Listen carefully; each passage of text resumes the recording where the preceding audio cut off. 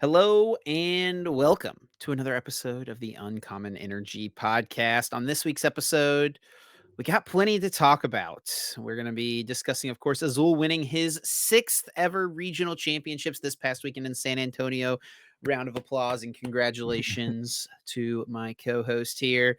Then we're going to be discussing what it takes to leave a legacy in the game. We're going to talk about that a little bit in regards to Azul's finishes over his career and just other players who we feel have left a legacy, because that's a discussion that we've seen going on ever since Azul's win.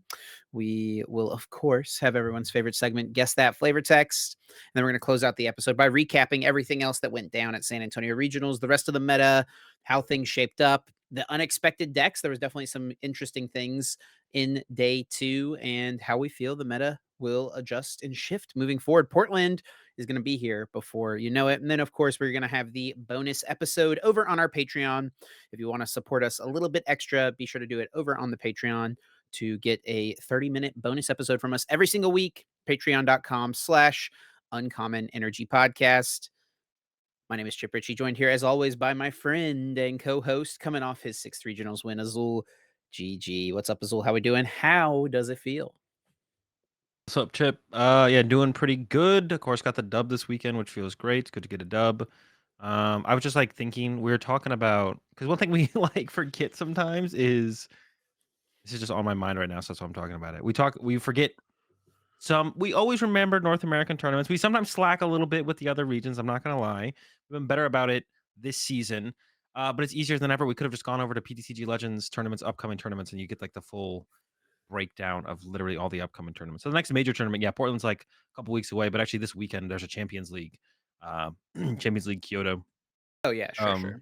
I it's almost don't even really think about that, like, those just when I see the results from those, that's, like, cool, and they just happen, But, like, I yeah, don't really think yeah. about our meta impacting their meta, to be honest, that often, but I guess it does, especially their best players are kind of, like, in tune with what's doing well over here, but I wasn't too concerned with like the what happens in Japan. More so like sometimes we forget like a European event or like something it's in been a Latin while America or since we Australia. forgot a European event. We've been doing Yeah, pretty of good, course. but Yeah, we but like definitely before this, we were did. like, It's happened before.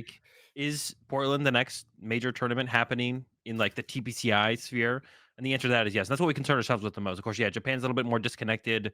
We have no discussions with any of the players over there. Although it does seem like it is becoming a little bit more, um, I don't know, international as far as that goes as well. So as far as like Japanese players working with players outside of Japan. And you have like players like Haru and stuff showing up to most of the ICs and even some of the. I mean, Haru just got like second at Brisbane, right? So Yeah.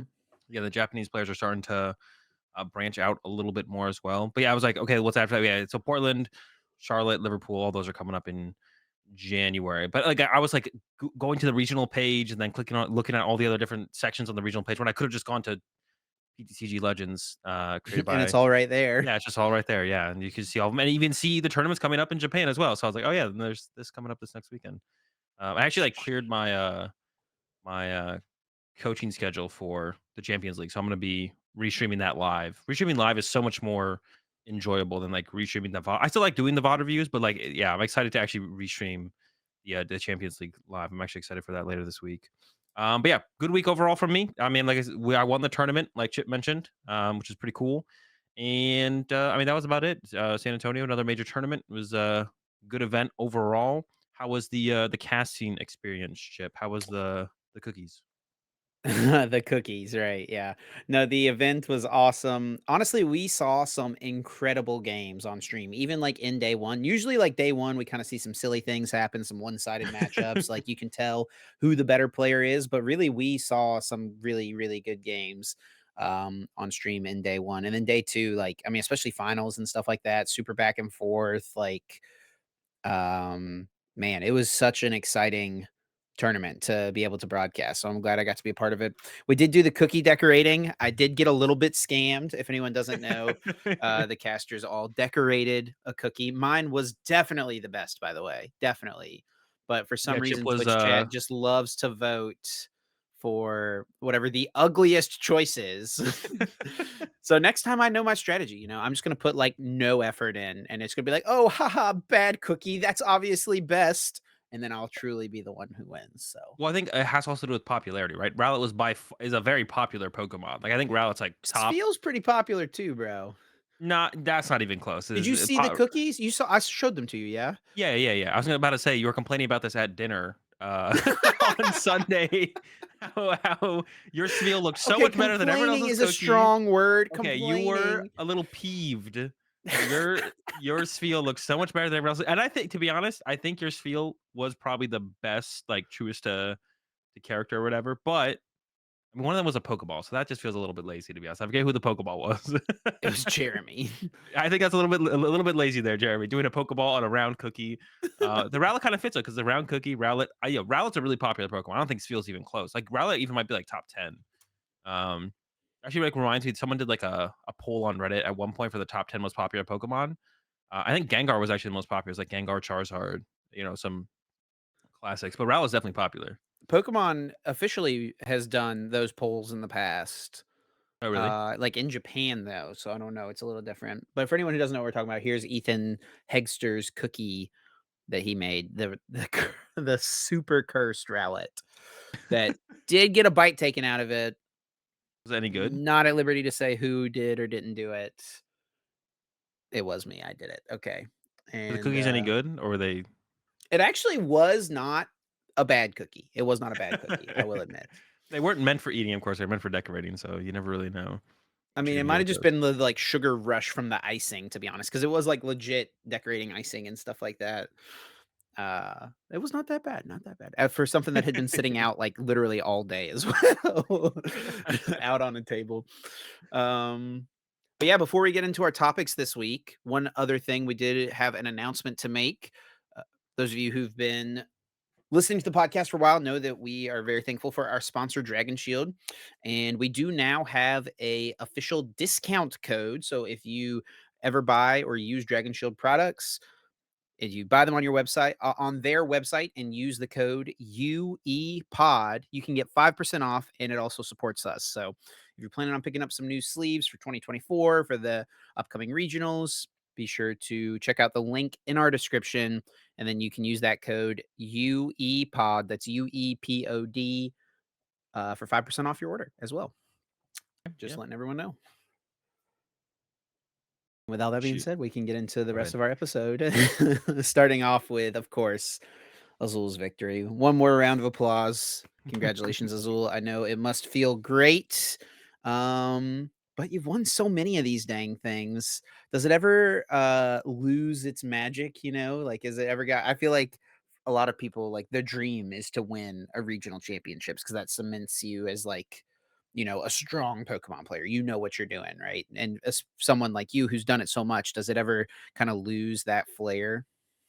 I mean, I guess definitely a little bit. I think my earlier wins mattered more. I think maybe the one that mattered the most to me in terms of like that feeling was probably like the Yveltal Garb one, because like the first regional I won, like I didn't even know what was going on, man. Like like I knew it was a tournament. 2010. Yeah, when I won my first regional in 2010, I was like, I knew it was a bigger Pokemon tournament, like a region level tournament. You would have been what, Um, like 16 years old, right? yeah, 15, 16. And I was just like, showed up with my favorite deck, the deck I had played all season, which was Shuppet, and then I won the thing.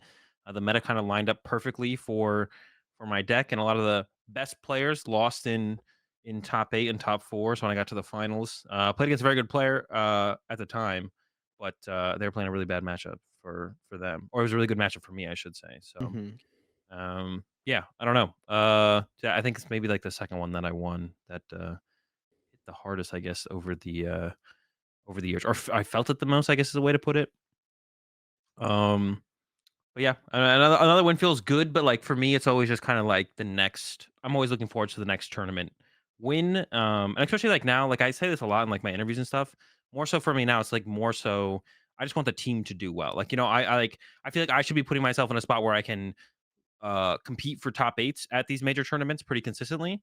But if I don't win, like I even said this in one of the post interviews, if I don't win another major tournament ever again, but someone on my team is winning, I'd be fine with that.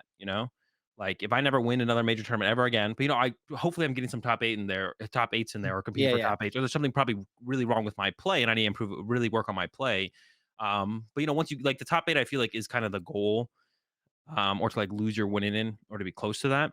And To then be past that, it's like competing for top 8 all the way to the yeah, and then end. if you just, like, hit a really good you hit another really good player in top 8, you lose, even if it's like a slightly favorable matchup, unfavorable matchup, whatever. You hit a bad matchup in top 8, that's kind of the end of your run. But like, I feel like the top 8, you can take some losses up to top 8. So once you get to top 8, it's kind of like, all right, we'll see where it goes from there. But like, that's kind of like the goal each term is to feel like you're competing for the top 8. So as long as I do that for the rest of my career, like that's like fine with me. Like I said, I'm hoping I'm getting quite a few more top 8s as long as I am competing. But if I don't ever win again, at the very least, if I'm still working with a group, working with a team, someone on the team better be winning, or we're doing something wrong, and then I should be the one who's at least winning if no one else is. Like someone on our team should be winning. Should hopefully have enough people with the same mindset, playing the same 60, whatever, competing. That one of us should be getting close. We should be taking like a couple major dubs a year, a season at least. That should at least be the goal.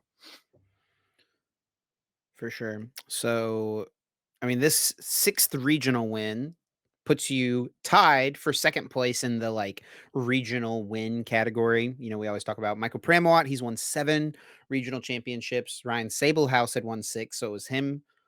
It was Pramawat, then Sablehouse, and then you and a couple other people at 5. I think Danny is at 5, I'm pretty sure Ian I Robb is think at Danny 5. actually might be at 6 with Oh, Table Danny House. might be at 6 as well? Yeah, Okay. I think so. That does sound right now that you say that. So, but now that you get there, you're at 6 as well. Do you feel any I mean, I get what you just said, you don't really care about getting wins as much as long as someone is doing well, but, I mean, you don't feel any drive to, like, tie Pram, eventually pass Pram as the winningest regional championship player or anything like that?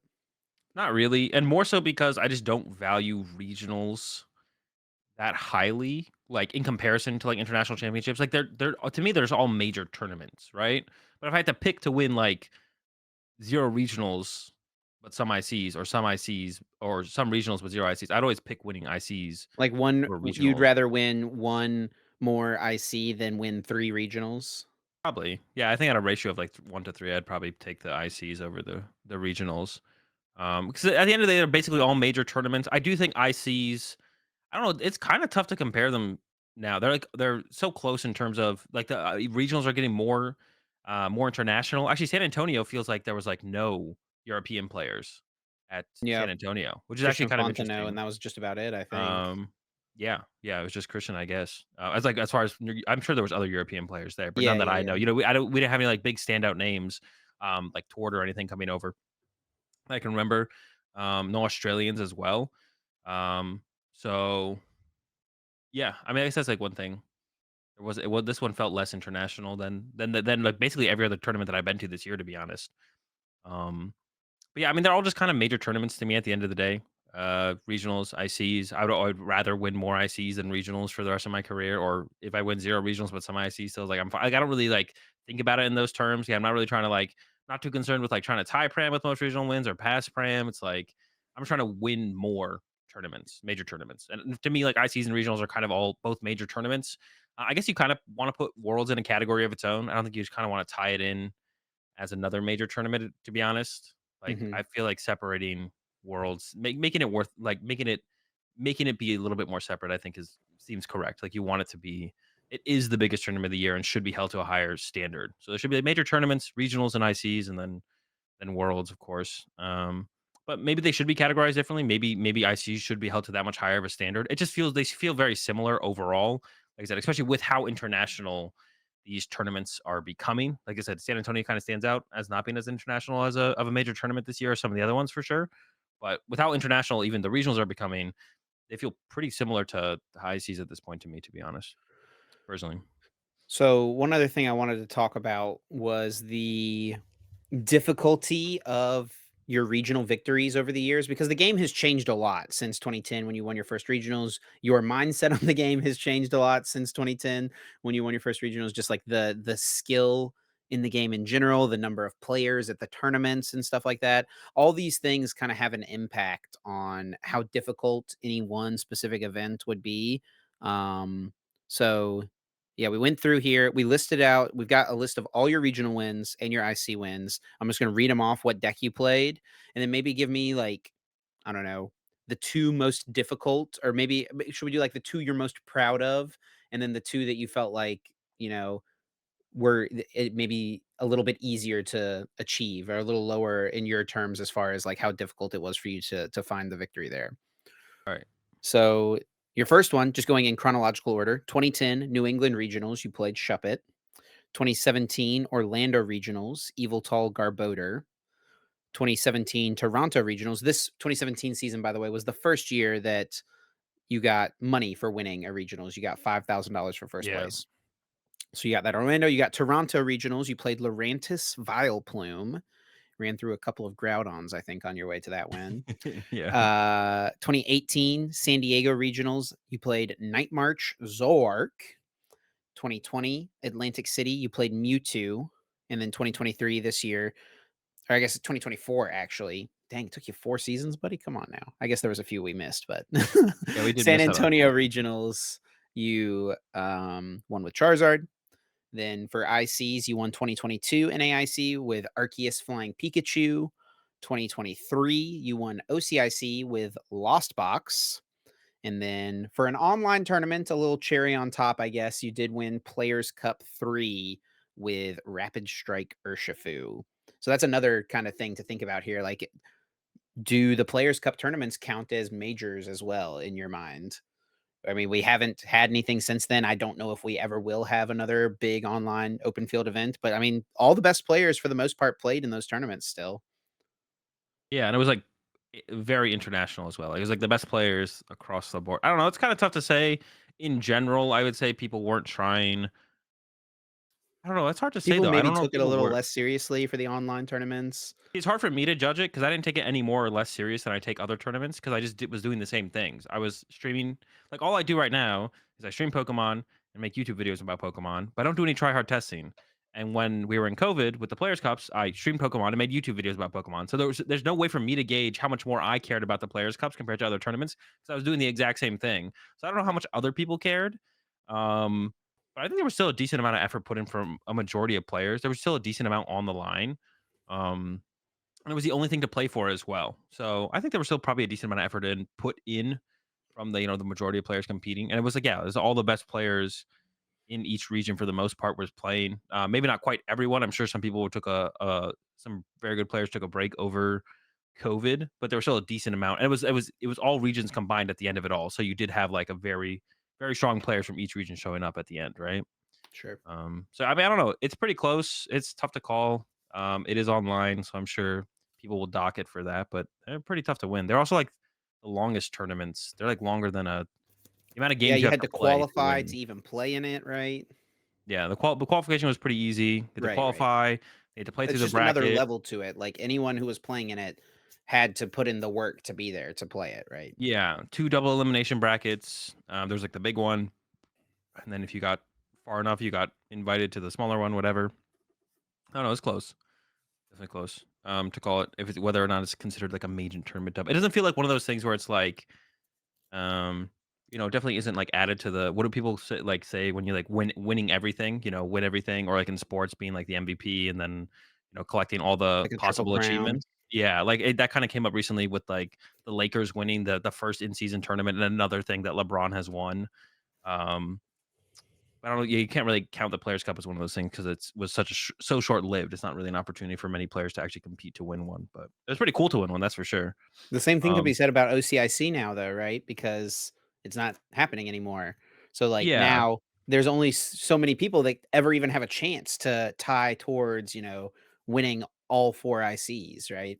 yeah, but that's like kind of like a little bit more of a little bit more. I think winning an IC, you could kind of chalk. That's what most players' goals is maybe going to be if they're trying to do everything right. Winning a regional, winning an IC. I think winning an IC is a good place to start. It's gonna be pretty hard to win, and as the Yeah. game gets bigger and And more then win competitive, more. Yeah, winning yeah. multiple ICs, winning the current 3 ICs you could still win, it's gonna be pretty difficult. Yeah, very few people could actually get like the all 4 at this point.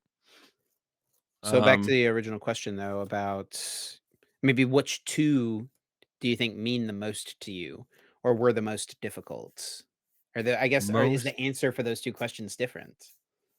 it's definitely different, I think, because like I said, I think the Evital garb, like I mentioned, I think Evital garb, Means the um, most. and NAIC, I think, probably mean the most Sure. because it was definitely like post COVID, and then going through the first couple events post COVID, and going into NAIC, I had some pretty bad results, and I was kind of like questioning like how good am I actually at Pokemon at this point? Because like we hadn't really had that many events for a while. And it's like we came back, and it's like, is everyone just better than me, or is You it had a pretty bad streak there at the start of yeah, or coming is the back from playing COVID, yeah. field has the playing field just kind of leveled out, and it's just like, am I behind? Then NAIC happened, so yeah, I would say like the Yveltal Garb win in Orlando, and NAIC stand out as the two that kind of mean the most to me. But I guess the ones that were like hardest or more difficult would have to be it's kind of weird because like I can look at some of them and I can look at the Yveltal Garb year and the Atlantic City year. I just had the best deck. My deck was just better than everyone's. So like it was those were pretty straightforward. You Um, didn't feel like you had to face, like, adversity to get the victory, right? no, like those ones are yeah, I just had the best deck. Like it Sure. wasn't even Yveltal Garb year like wasn't even close. My deck was like so much better than everyone else's. It was insane. The Mewtwo year, people knew about Mewtwo, but my list was just better. So Yeah, the 4 to NA, buddy. 4 to NA. I only made one change between that and Knoxville is cut a Pokegear for the fourth. The fourth Acrobat was definitely better than the fourth Pokegear, but I had to play a whole tournament to discover that for Knoxville. I guess, like, part of the Um, reason this question comes up is because, like, San Antonio was the largest regionals of all time, does that, like does yeah, the tournament size add to something being more difficult? not. I mean, I guess overall the bigger tournaments are harder to win, but some aspects of it are easier. Like it's easier to make day two because the average player skill level is going to be lower in like throughout day one and even maybe the beginning of day two, depending on what you come in at. But overall, like getting top eight in the tournament is going to be more difficult. Mhm. You might play against easier opponents, but getting that extra round win, I think, is a little bit more difficult. And as you're fighting your way towards the top, is a bunch of other great players fighting their way towards the top as well, right? So yeah, like the bigger the tournament is, the harder it is, but only up to a certain point, right? There's like breaking points, which is basically like how many points do you need to make top cut. So if you have I don't know, 1,200 players and you need 35 points to make top cut, and you have 1,500 players and you still only need 35 points to make top eight, then it's kind of like the same thing, even though there's 300 more players, right? So it's not just, oh, bigger is that much harder. At that point, it just kind of comes down to who you play against. And you could even make an argument the smaller tournaments, as long as it's the same amount of match points to make top cut, are going to be harder. There's a higher chance you play against better players, right? Because there's more good players traveling to these events, right? So it's kind of like the bigger the event, you know, the bigger the event, there's gonna be more average players, right? But even some of these smaller regionals, something like a Knoxville with 1,200 players, you're gonna be more likely to hit a better player, right, throughout the tournament, especially if you're Sure. like making A a run little more towards the top eight. competitive of a field. Yeah, definitely. So hardest, like looking back on it, giving it one more thought. I don't know, like yeah, looking at them, probably the OCIC and OCIC, and then maybe I don't know because like it's when I look at like the Night March Zoroark and the Laurentis Plume wins as well. Those ones I also felt like I had just the Night March Zoroark not so much though, to be honest. That deck was like fine. If I'm It was remembering cool. back to that San Diego, the Night March Zoark, didn't you only make day 2 because of a paralysis flip?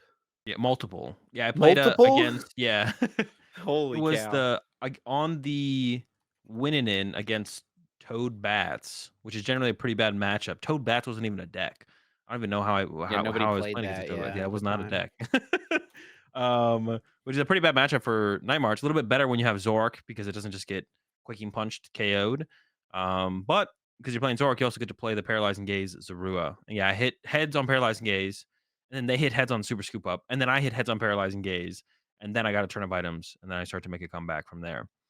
Um, It's so pretty that sick, one, thinking yeah, about it, like, I was saying this after this weekend as well when we were at dinner, like, so much has to go your way to win, to, like, be the one who wins. Not necessarily to, like, top 8, like, you can top 8 just by being one of the best players, but, like, to actually come away with the win, like, so much has to go your way, and we'll talk about the finals match, I guess, a little bit later, but, yeah, uh, I felt like that was probably true this weekend too, right?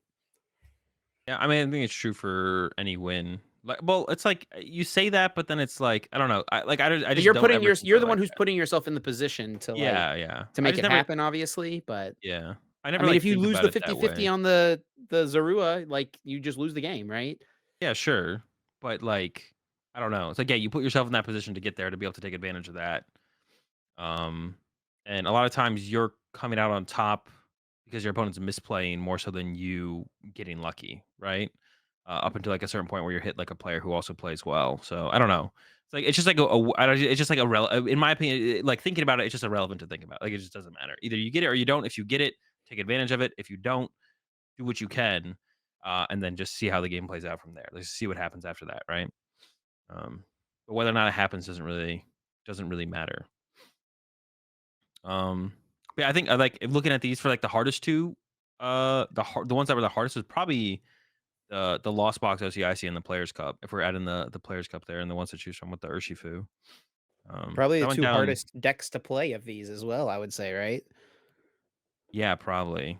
I don't know. You've thought Garb only got hard when more people were playing the deck because the mirror match was Yeah, tough. but nobody, if I'm remembering right, not a lot of people were playing it at that Orlando Regionals. It hadn't kind of become the best deck of that format yet, or, like, No, the people were most playing played. Eve. No one played it with Garb. People were like playing Oh, right, Yveltal right, with right. People like were playing Mewtwo Garb, right? there was that, yeah, and also Darkrai Giratina Garb, but that was yeah, but yeah, Yveltal Garb was just like superior. So eventually became the best deck in the format. Yeah, I would say those two. Those two probably stand out as like the ones that were like hardest to win. Yeah, I guess they are like the two hardest decks probably to play here too. So with this victory, I mean, I did see a few comparisons on Twitter to Tord. You know, I think a lot of people just think of Tord instantly as the best player of the modern era, right? You know, there's always Yeah, that discussion of the best of all time between Tord and Jason. Jason Klaczynski, of course, having won 3 world championships. Tord having won 4 internationals. You know, I mean, he's had like the crazy success at internationals. He's won multiple regionals now at this point. But like your consistency is uh I mean, like you have, I think Tord, I was looking at it on Limitless or talking about it um with someone. Tord has on Limitless 12 regional top eights and then 12 international top eights. The 12 international top eights is nuts, right? And then of course he's yeah. got two worlds top eights as well. And if we Mhm. look at your name, you have 21 regional top eights. Like, I don't think anyone's even close to 21 regional top eights, and that includes 5 wins in the cash era. Of course, your one in 2010 not accounted for here on Limitless, and then 5 international top cuts. Do you feel like your name should be in that discussion more often for like the modern best player in the game, like the current best player? I mean, based on achievements and like what people you can see, probably not. And I think like, um, I don't put in the same amount of work as Tord does as well. For like the quality of practice that Tord probably puts in. So, like maybe I could be competing with Tord if I put that forth. Or maybe I am like where I'm at is like kind of where I would be anyway. So maybe put in the extra time wouldn't make a big difference for me in terms of results. But no, I think it's like fair to put Tord as the best player in the game right now and like modern era for sure. And I don't think it's like really like I don't think there's really needs to be a discussion about it. Like I'm a good player. Obviously like compared to the achievements of most players, like I stand out above them. But yeah, I think it's like pretty clear cut that Tord should be given the title of like best player in the modern era. And then like the only real discussion to have is like best player of all time or Jason. I've kind of gone back and forth on that myself, but I mean, it's like still a cool. It's cool that we can have that discussion in the Pokemon TCG still. Like, like it's a very good thing to like have that people actually care about that kind of stuff. So the fact that people care about having a discussion about Ford versus Jason being the best player in the game, um, is pretty cool, right? It's like LeBron versus. There's enough fans of the game for that discussion to Yeah, matter, you know? exactly, right? Yeah, Like yeah. it's like the Michael Jordan. I'm I like have to imagine the back in like LeBron versus Jordan. 2006, 2008, like, you know, whenever Jason was winning world championships, people were just kind of playing Pokemon, you know? It was like, "Oh, cool, there's a new world champion. Oh, Jason won it again? Okay, yeah, I guess he's the best. Sure." Yeah, You know, but now yeah. there's like the discussions. Yeah, yeah, the game is so big, and we actually have some history for people to like look back on and discuss, to have a talks and opinions. I think it's like a good thing to have in the game, um, And as long as players aren't like people aren't like toxic about it, which there are going to be people who are kind of toxic with that those kind of things, and you see it like all the time in sports as well. Like Yeah. someone like Jeez. mentions That's not what we need in TCG. like someone will mention like anything about LeBron James, and someone will immediately like they're not even like comparing LeBron to Jordan, and there'll be immediately someone being like, "Yeah, but Jordan did this, right?" Or "Yeah, but LeBron did this, right?" Like they're not even doing a comparison; they're just talking about one of the players, and someone will like just reply and just be like, "Yeah, but this with that." So as long as it's not toxic, it's like definitely cool to have in this scene and to see people discussing that kind of stuff. Um, but yeah, towards definitely the best player in the game right now for sure. Yeah, and from there we can kind of transition to talking about, I mean, a good a good transition as well because, talking about sports. I mean, this is something that's talked about all the time is leaving a legacy or having a legacy, right? So, I mean, in football, you think about, Joe Montana's, Tom Brady's more recently and stuff like that. You think in basketball, Jordan's, LeBron's. In Pokemon, we've definitely got plenty of people who've left a legacy. Um, and do you feel like that's, like, as a top level player, is that kinda like because, like, I don't know, the regionals and stuff like that, you obviously each tournament, you're just kinda competing and you even kind of were saying, like, I don't know, the more wins you have, like, the maybe less special each new one feels. Does it ultimately become a game of, like, wanting to leave behind a legacy of, being able to look back eventually and look at the resume of results and say, "Okay, this is what I accomplished. This is what I did." Yeah, definitely. Like, that's kind of like my goal in the game at this point, and it was never my goal when I like started playing, or even when I was more competitive a little while ago. But like my definitely like one of the thing that I want to do is just leave a legacy in the game and have people like remember me when I don't compete anymore. Long after I stop competing, and that can like like there's so many different ways that you could achieve that. So, maybe I never win worlds, but if it's enough for me to top 8 worlds, maybe a couple more times to do that, or if what I've done is already enough, then that's fine. It's just like that's my goal is to leave, like to have people remember me once I no longer compete in the game. You know, I want to be talked about like the way that people like talk about Puka still as a competitor from way back when and stuff like that, right? So that's like definitely the goal at this point. Maybe it involves me winning worlds, maybe it doesn't, but I'm just gonna keep competing as long as I have like that competitive drive, and then hope that that's like the end result. You know, maybe I never win ever again, but if I top eight, 20 tournaments in a row, I think that would be something special. You know, so it doesn't really matter what it is to get me there, as long as I just as long as I just get there. Um, Yeah, and I guess that's another interesting point, right? The consistency versus the results, right?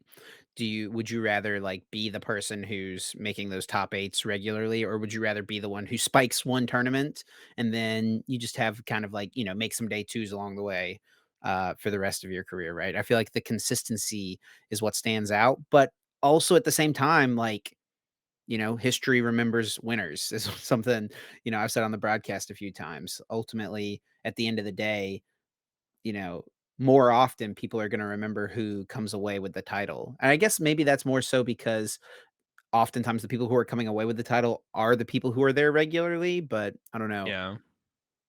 Yeah, I mean, I guess it's like a mix of both. I mean, like, yeah, like I definitely and there are some people like where but like for the idea of trying to leave a legacy, like if I only ever won one international championship and then like barely ever top eight it ever again, no other major wins, or just won one regional, like no one would ever remember who I was in the game, right? As a competitor, right? You definitely, I think it's like pretty established in Pokemon. You need more than that, or something about you has to be unique, while being a very good player for you to stand out, right? Yeah. And I think it's the same thing in sports, right? Like the history only remembers winners, but like there's a ton of people who have won the the the NBA finals who nobody remembers who they are, right? But then you have people who like maybe they haven't won as much, but they were really, really good, always competing and near the top. And those people are remembered even if they haven't won. I think like the person who stands out to me most in modern sports is probably Aaron Rodgers, right? Has only won once, but has kind of that diehard fan base where people even argue for him to be the greatest quarterback of all time, which that's kind of ridiculous. But he's definitely a very good player who's Sure. like going to be remembered for a while as being one of the greatest quarterbacks ever, right? So, he didn't just win once and then never do anything else again. He's been competing for a long time. Bin League Uh, MVP yeah, Ben League MVP. I mean, he was the MVP what, like last season, right? Or was it the two season seasons before? ago, I think. Yeah, so like recently been the MVP. Is always competing, is always being competitive, making it to the playoffs most years, right? If not all, I don't even know has he ever missed the playoffs.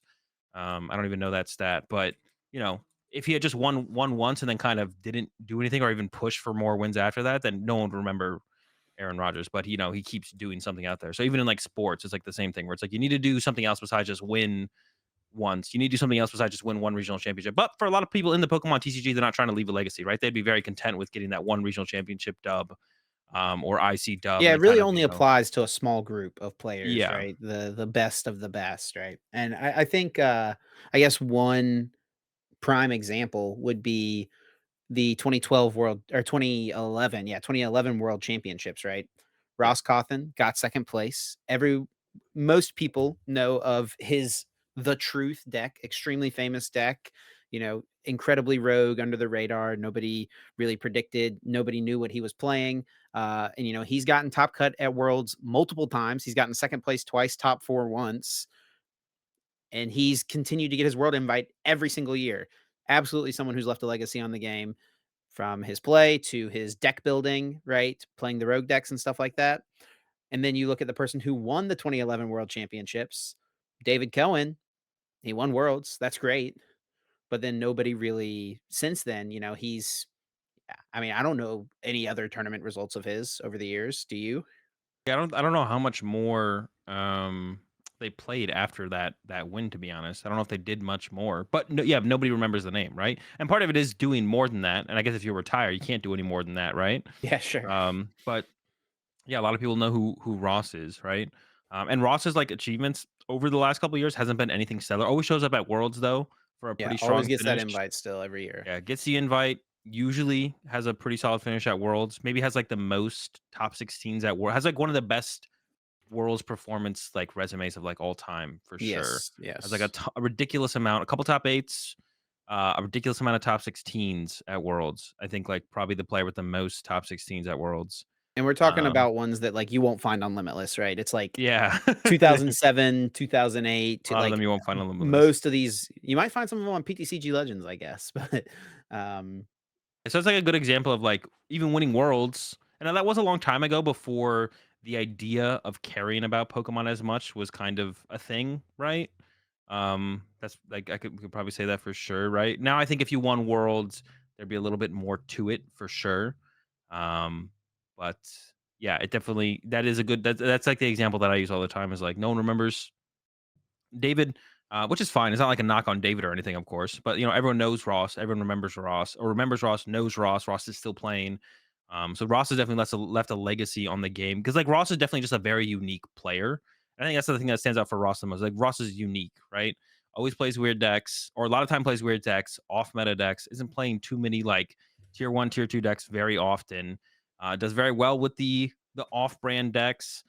Shows up at Worlds pretty consistently all the way back when he started playing, even till today. Um, yeah, so there's just something about Ross that kind of stands out, and you know, I think will be remembered for a long time as a player, especially if he keeps competing and you know shows up and gets a very solid finish at an IC or Worlds moving forward. is there anyone else who stands out to you who's, like, definitely left a legacy on the game that you wanna talk about? I mean, I think one of the go tos for sure is Puka. That I feel like a lot of people remember, and part of that probably has to do with like his personality and like the content he did at the time as well. Yeah. Definitely brings a lot more to his name and people remembering him. But like Yeah, back in the that's day, Puka that's an was like, interesting point as well, like, leaving a legacy beyond just his play, like, obviously, incredibly successful player, but, like, he was a trailblazer in the world of, event coverage, right? Like, yeah, nobody was, like, content. live streaming these tournaments and stuff like that. Yeah, yeah, him in the top cut. I mean, they did a lot for the game back in the day. Um, you know, and still even casts to this day as well. He still catch Puka casting a couple tournaments as well. But yeah, he was like I was known as one of the best players in the game. But that's one of the players like that I looked up to personally because I felt like when I heard about results, and it was like back there was a lot like you had it was like word of mouth or Facebook groups or Forums, Poke Beach, not Poke Beach, Poke Gym. Poke Gym forums where people would post the results from state championships and city championships and regionals. And like I remember like waiting to see like the results from Canadian nationals, which is like usually a week or two before US nationals. And you know, Puka's name would always be up there for like regionals and state championships. So that's like someone I like personally, when I look back at the game, is like someone who I looked up to and aspired to want to like replicate that consistency that Puka had as a competitor, right? Like Puka was like never really had a strong showing at Worlds. So that's like the one thing that was missing from Puka's resume. But like I think it was like 3 out of 4 years in a row got like what was it like first? It was like something ridiculous at U.S. Nationals. It was like top four like 3 out of 4 years in a row or something like that. Yeah. So yeah, had always showed up at U.S. Nationals. Yeah, never quite had the Worlds placement to go with it, but um, yeah, I think it's like one player that stands out to me personally in the past.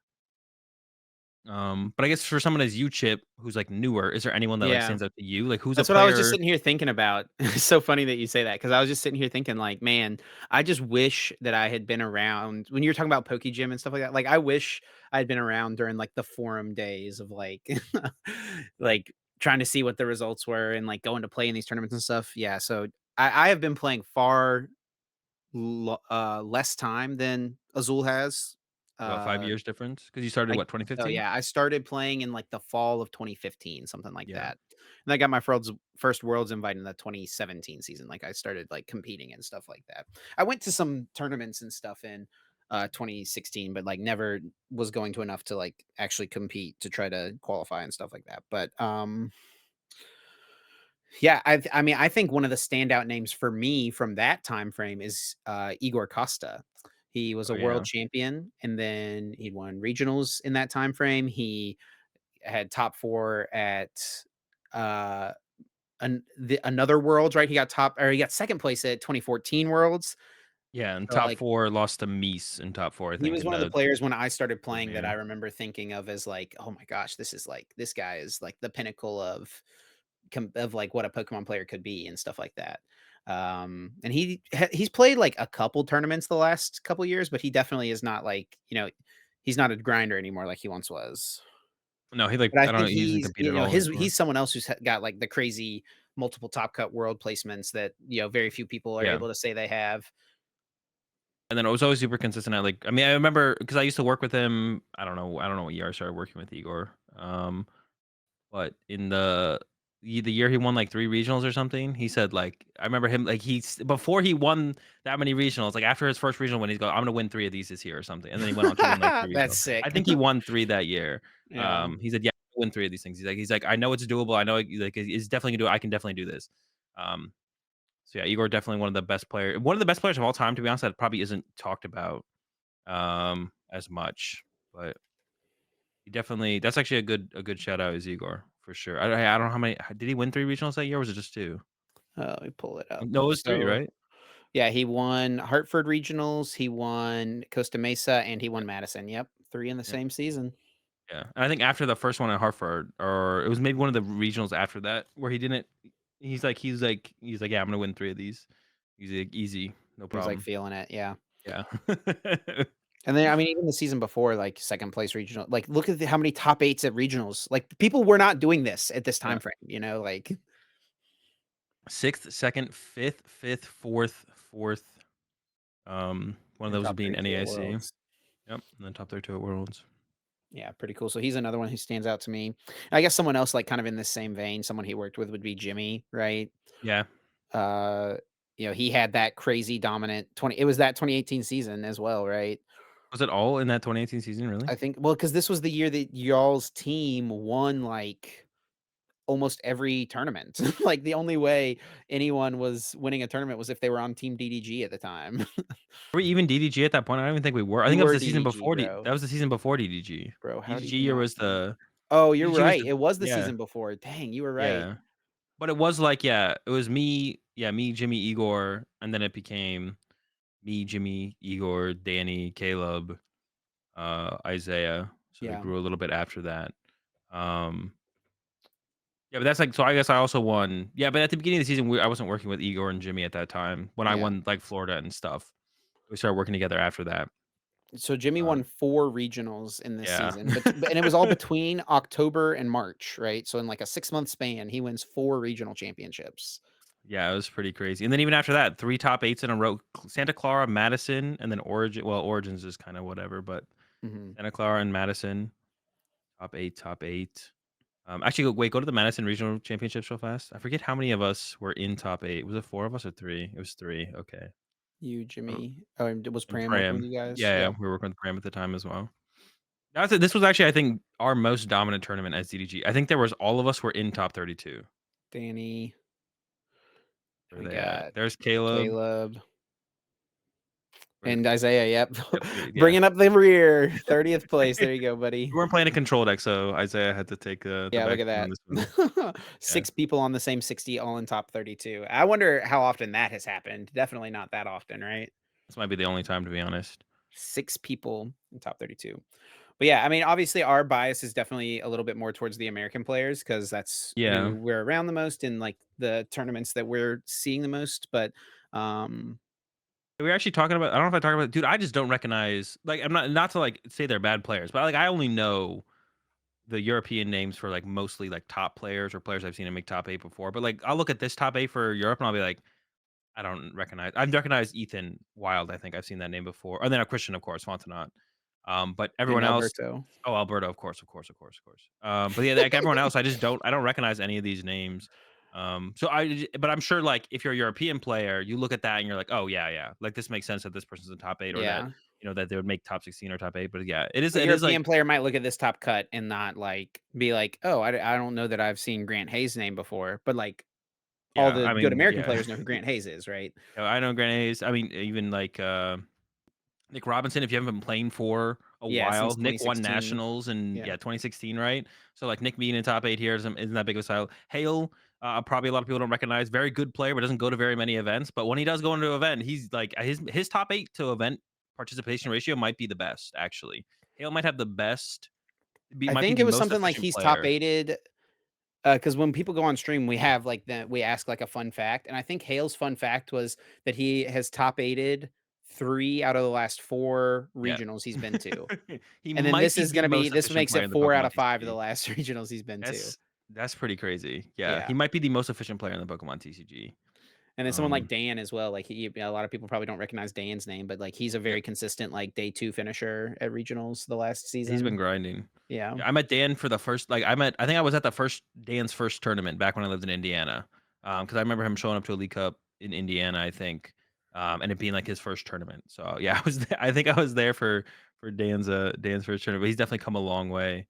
And yeah, got his first is his first top 8? His He was first IRL top 8, yeah. yeah. I He guess has some top good 8 at all his Players' Cups, he didn't finish in the top he finished in, like, the global finals, though. yeah, he was up there twice in the He Players' was Cup, so grinding the Players' Cups, yeah. yeah, he's making moves.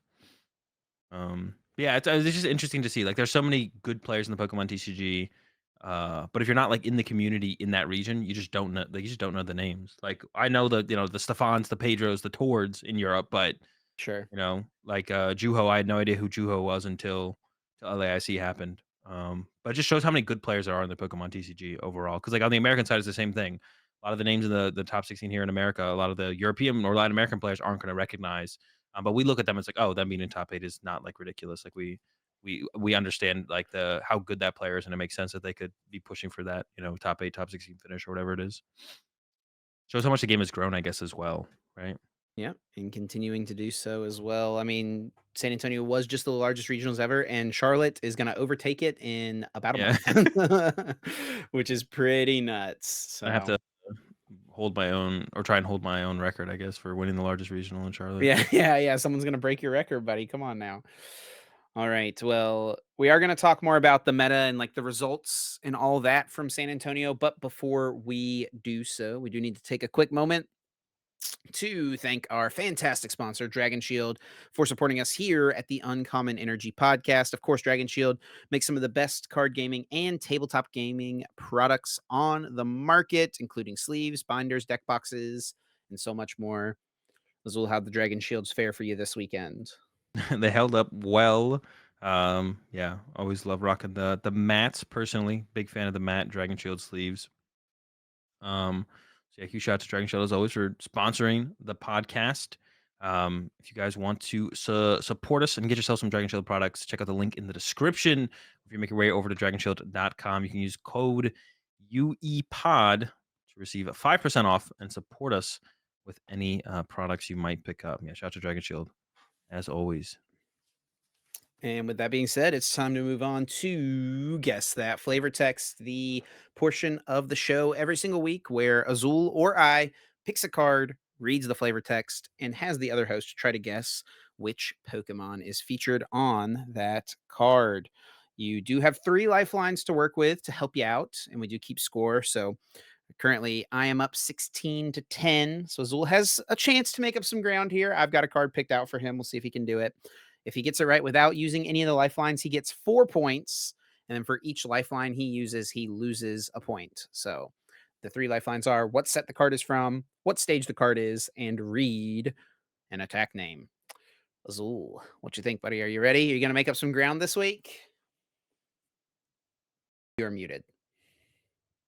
Oh, my bad. I just opened up my drink, so I'm muted. Yeah, You didn't do it hopefully. during the intro this week, but you still managed to do it at some point. Yeah, hopefully we'll see.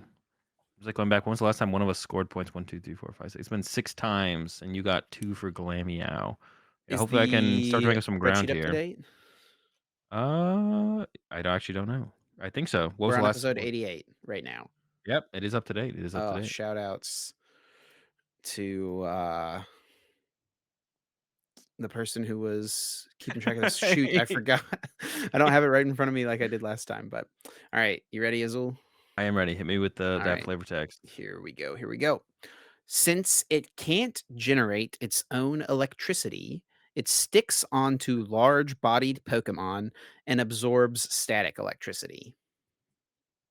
Huh.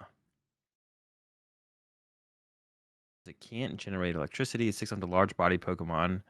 Well, I'm thinking of like a Pokemon that would be like sticking on other Pokemon, and the only thing I can really that's coming to mind is Stunfisk.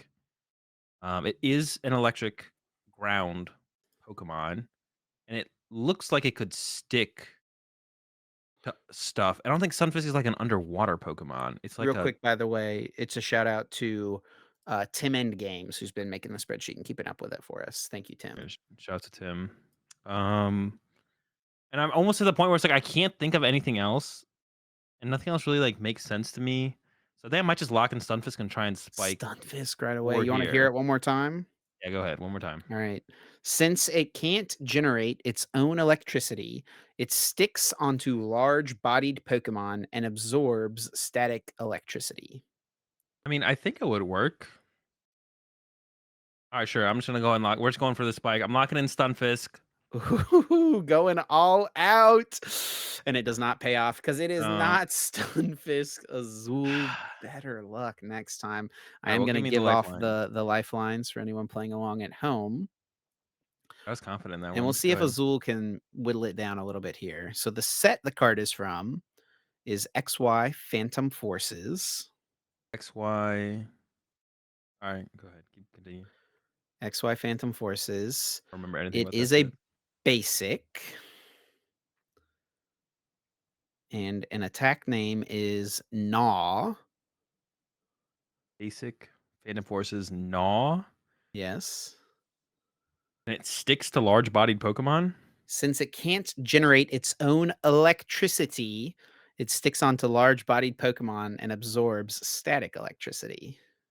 I got no clue to be honest. So I'm It still. does have one more attack, Azul. All right, well, give me the other attack. I want to see Its if I can get other from there. attack is Night March. Oh, it's Joltik. Okay, that does make sense. That does make sense. It's jolting. I thought this was fitting. We were just talking about you won a regionals with Night March back in the True. day.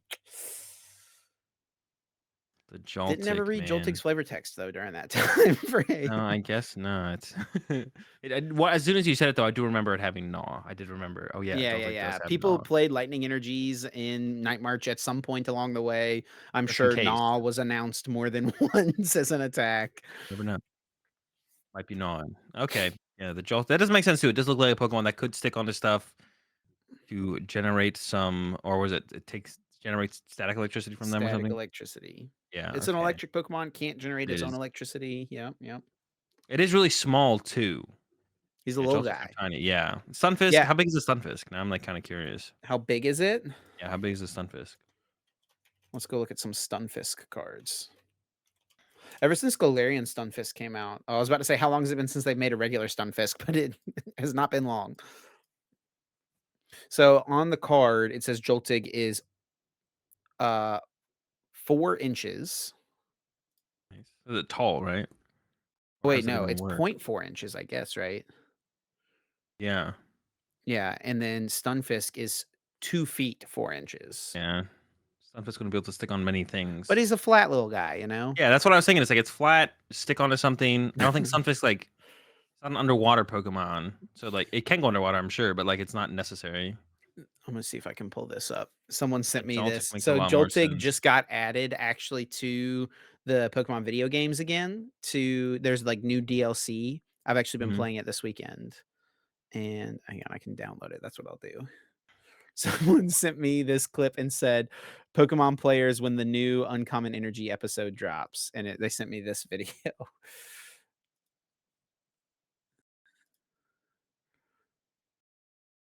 It's all the Joltigs in the new game, There's crowding around. That's and you funny. can't hear the sound that they are making, but it is outrageous. Oh man. But yeah, there you go. Joltig, another week, another goose egg for Azul, the big old 0. Maybe in a couple weeks you'll get some points. I thought there was It's a been a chance with this while. one though. I thought you could have gotten it. When was the last time I even got a point? Pillow No. Jellicent. The What Jellicent episode was that? Pokemon. Episode 65. It's a little while ago. We are on episode 88, by the way. All right, moving on to our recap of the San Antonio Regional Championships. So, yeah, the Largest largest regional championships of all time. We didn't hit W- 2000 though, which was we were 15 off 2000. Yeah, We are so close. I thought I was confident. I was like, "Oh yeah, 2000 easy." So there was what is it like? It was like 20, almost 2500 total. I don't know, like 100. I think it was like 150 juniors actually, or 125.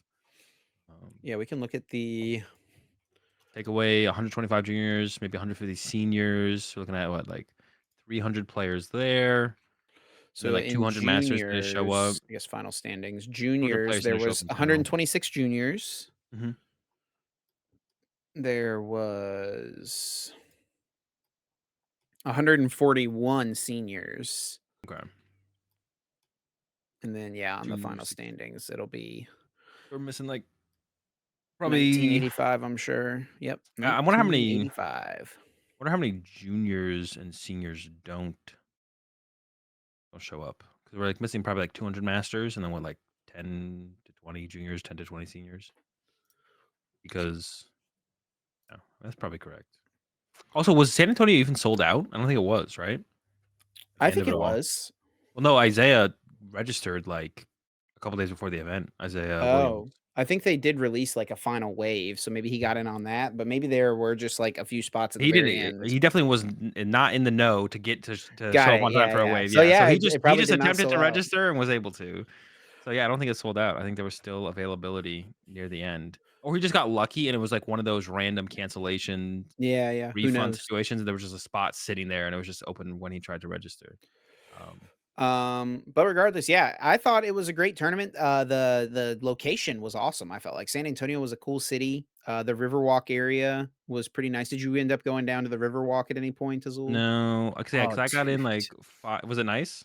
Was that nice? Yeah, it's cool. I mean, I've been to San Antonio before and Yeah. had been down there.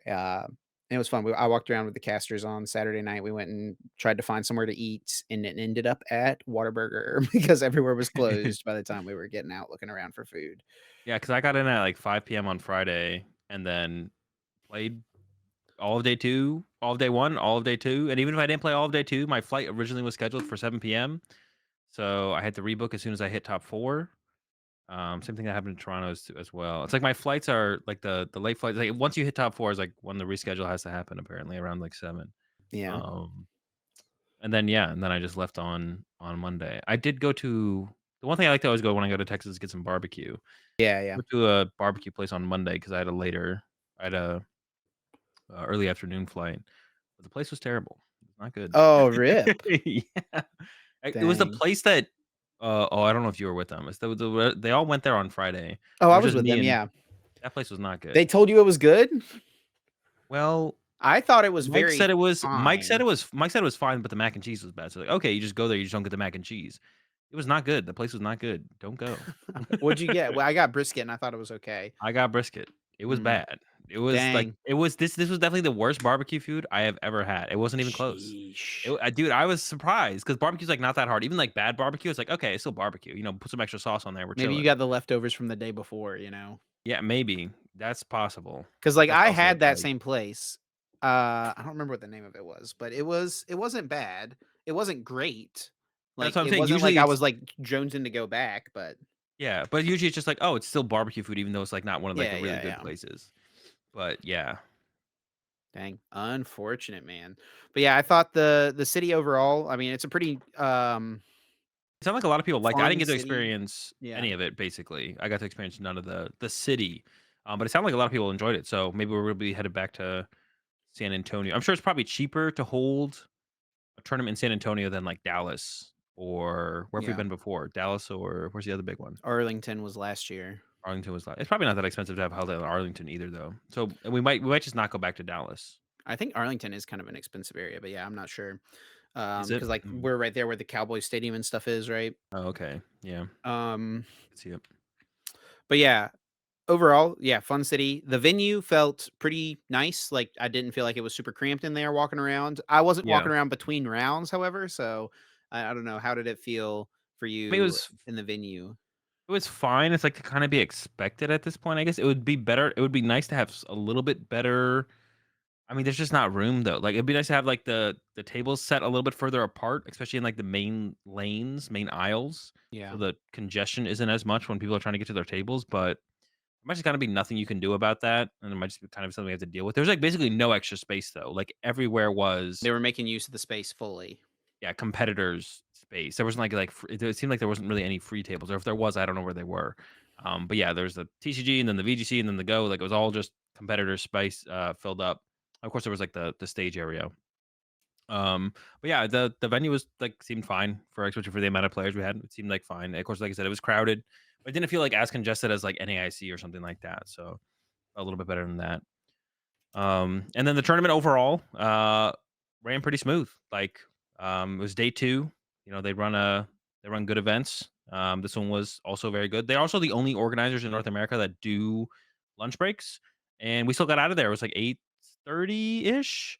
So they're like competing for some of they're competing with these other events that aren't doing lunch breaks while having a lunch break, which is that's I mean that's pretty sick. I mean, I don't think we need the lunch break. I would prefer no lunch break, but if they're gonna do one and then still competing with the get in get out time um with everyone else, then I don't know, that's pretty reasonable, I guess. Like, I mean, if they want to keep having lunch breaks and it's going that smoothly, sure, why not? Yeah, but wouldn't it be nice to get out at, like, Yeah, I agree. 8 Yeah, I would o'clock? like to. I would like to. Yeah, yeah. Like, I would prefer no lunch breaks overall. But like I said, if it is going that smoothly with lunch break, then I can't really knock them for keep doing it if they want to keep doing it. Yeah, so Continue overall, trending. pretty smooth tournament. Didn't really feel like Yeah, there was much time between rounds. We, on production, like, always notice when there's a long time between rounds because we're trying to fill the time, and it does end up happening quite a yeah, bit, but didn't really feel like it happened too much this weekend. It felt like pretty much it was like, boom, tournament, the round is done, quick little break, change out casters, whatever we're doing. We come back, we're looking at the standings, the next match is ready, boom, let's go. yeah, So hopefully anyone watching, I guess let us know in the comments, or let me know more than anything. Did it feel like things went pretty smoothly from the stream point of view? Did you feel like you were having to wait around and watch too many of the recap videos? Those are pretty much unavoidable, by the way, but they're going to have to happen in some capacity. But we yeah, definitely don't want it to be constant. yeah. Not a whole ton of downtime for sure. I felt like, or the matches also like there wasn't like many lopsided We matchups didn't or have, I games. think we had one 2-0 game that ended fast, and it was Grant beating uh, Christian on the winning end. So Hmm. that did create, we had a decent amount of time in that one, and we Oh, it always was have a little Grant bit of time versus. there because of the um we always have a little bit of time there because of, like, there's just naturally time between round 9 finishing and around 15 finishing and them starting top 8. Yeah. But I think we played, like, Pokemon Stadium mini games on the stream during that time, which was kind of fun. I was, not the best at it, and also they gave me a Joy-Con to play on. Pablo and I Oof. were playing on little Joy-Cons, and Hegster and Jeremy got actual real controllers. So I did feel like the odds were stacked against me just a little bit. Throwing that You out there. are you the red player here? Yes, I did the worst by far. Okay, Well, my so curious. in this game, my the way this game works is your chansey is supposed to stay in the middle to catch the eggs, or you right bumper to the right to catch egg, left bumper to the left to catch an egg. And my left bumper did not work. So you're just gonna catch So any of the I left was eggs? getting farmed. There was a pretty Yeah. funny clip in here though, where it's this mini game with the scythers. The way this game works is they drop the log. Mhm. For anyone who's listening and not watching on YouTube, where it's talking about Pokemon Stadium mini games here. Basically, there's a log that drops with a line on the log, and you're supposed to mash A right where the line is for the scyther to like cut the log. And there's a pretty funny clip that happened because I one of the times um did it like perfectly, like better than anyone else did. Um Here it drops right here. Boom, slice. Perfect. Right on the money, right on the line. And pulled it back up and I was like, "Oh yeah, look at that." I'm kind of gloating a little bit. They're saying like, "Oh yeah, that was good right on the line." Uh and I was someone was they were like, "Oh, how do you even do that, Chip?" And I said like, pure intuition and skill, and then immediately after missed the log. It was like literally like boom, perfect timing, pure skill, and then just instant miss the log completely. It was amazing. That's But right, yeah, you got anyway, the we one had fun influencer with it. hanging out. All that to go back to I had this even pulled up on the day 2 meta I know what you do, share, and Chip. now I've lost it. It's around here somewhere though. But yeah, the meta for day 1, unexpected, expected. What do you think, Azul? Number 1 overall was the Charizard EX, the deck you chose to play. Um, like I said, it's not surprising that Charizard was number 1. I think how popular Charizard and Miraidon were was a little bit of a surprise. Like, our predictions were 15% for each of them, just kind of, like, roughly one of them is gonna be a little bit more popular probably, and it was Charizard over Miraidon by 1%. Um, but 18 and 17 is a It lot. is a lot. That's a lot for 2 decks to be that popular, and it's not like it staggers It's a after pretty that, it just steep drops drop, off. yeah. Yeah, it just drops to 8, 8, 8, 8, 8. Like, they're just all 8s after that. Mew VMAX, which, to be honest, that being that popular was a little bit of a surprise. The You were 3rd most probably popular deck thankful to being see it Mew. though. Huh? You were probably thankful to see it with the Charizard though. Yeah, of course, yeah. Love to see that because we were playing Charizard. And I'm sure Mew loved to see Miraidon being that popular, but not Charizard being that popular. And then Gardevoir. I predicted Gardevoir to be sub 10%, and there it is at the 8.5.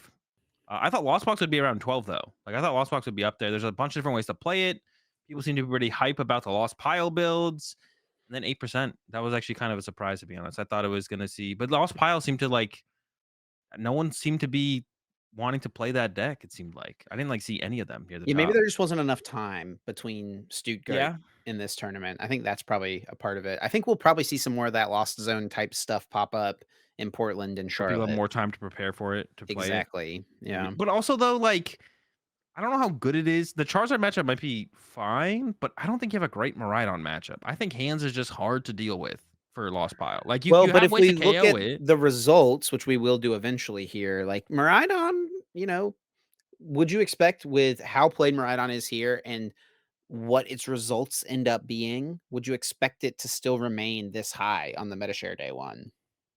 Going into like Portland Yeah. moving forward. Probably not, because Charizard's probably gonna be the number one deck moving forward. I guess we'll Which talk more about that a little later, but yeah, but it might just be kind of a mix. Like if we look at that, it's like, okay, well, if Charizard's number one, sounds like Gardevoir's a pretty good play because Gardevoir generally has a favorite Charizard matchup. And even like our list specifically, we didn't really check at all for Guardy. We kind of just like we're like, if we hit a Guardy, it's gonna be tough. And that was like basically our game plan against Guardy was one lost city, no Avery, no vengeful punch. Like we're just like it's gonna be a tough time against Guardy. But Miraidon's probably gonna be the second most popular deck. So if we get to round like 6, we shouldn't be able to see a Guardy. That should be fine. Um, should be safe at that point. Um, so I don't know. The meta's an interesting spot here for sure, but I think we are starting to see some also like right off actual the list here, by the way, at 7th place was Rapid Strike at 6.5%. 6.5. All right, yeah.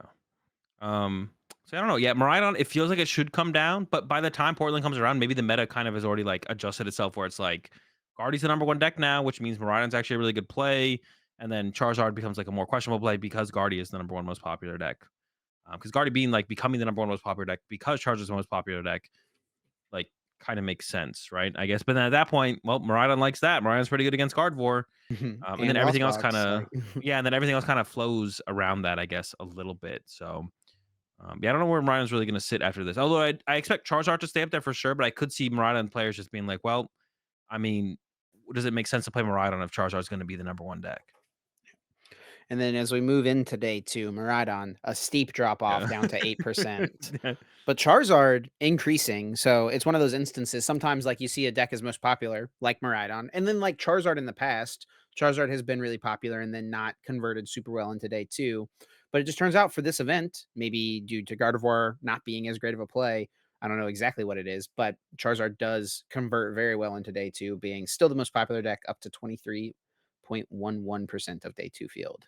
We could look at the on PokéStats, we could look at the conversion rate or what it says for the conversion rate. Yeah. It's I don't think the stats on PokéStats are as what's it called, but we don't have another way to see the deck do conversion rate. So the number one deck for the conversion rate, 20% of Lost Tinas. We had 19% of Fusion Muse.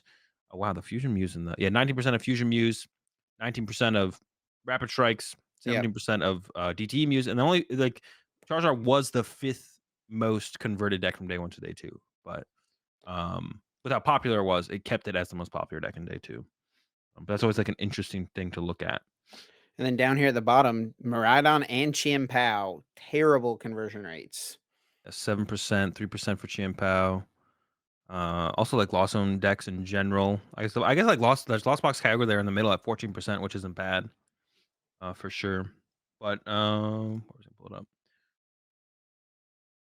Go back to the what's it called? Just the day two meta in general. So yeah, we saw Tina come through pretty big. Musa is still hanging up there, gained some percentage. Rapid Strike makes its which makes sense because Rapid Strike. Honestly, I don't know how good it is against Miraidon. It's definitely no worse than 50-50, but it doesn't feel like the hands really changes things up in It's the not a early price slam trade. dunk, yeah. Like, Yeah, it's not everyone like has the slam Mew. dunk it felt like it was, I think. Yeah, because everyone has Mew. Everyone has the Mew EX, which is a really good attacker on that matchup. And then hands. Like if you get hands on Inteleon for 3 off the rip, like they're just a right to attack on a Urshifu away from winning, right? They're not even that far from winning. So the matchup feels like it's definitely changed. Not in Miraidon's favor, but it's like it doesn't feel like Inteleon is or Raptrix is as solidly favored as it used to be. Definitely feels like it used to be in the past.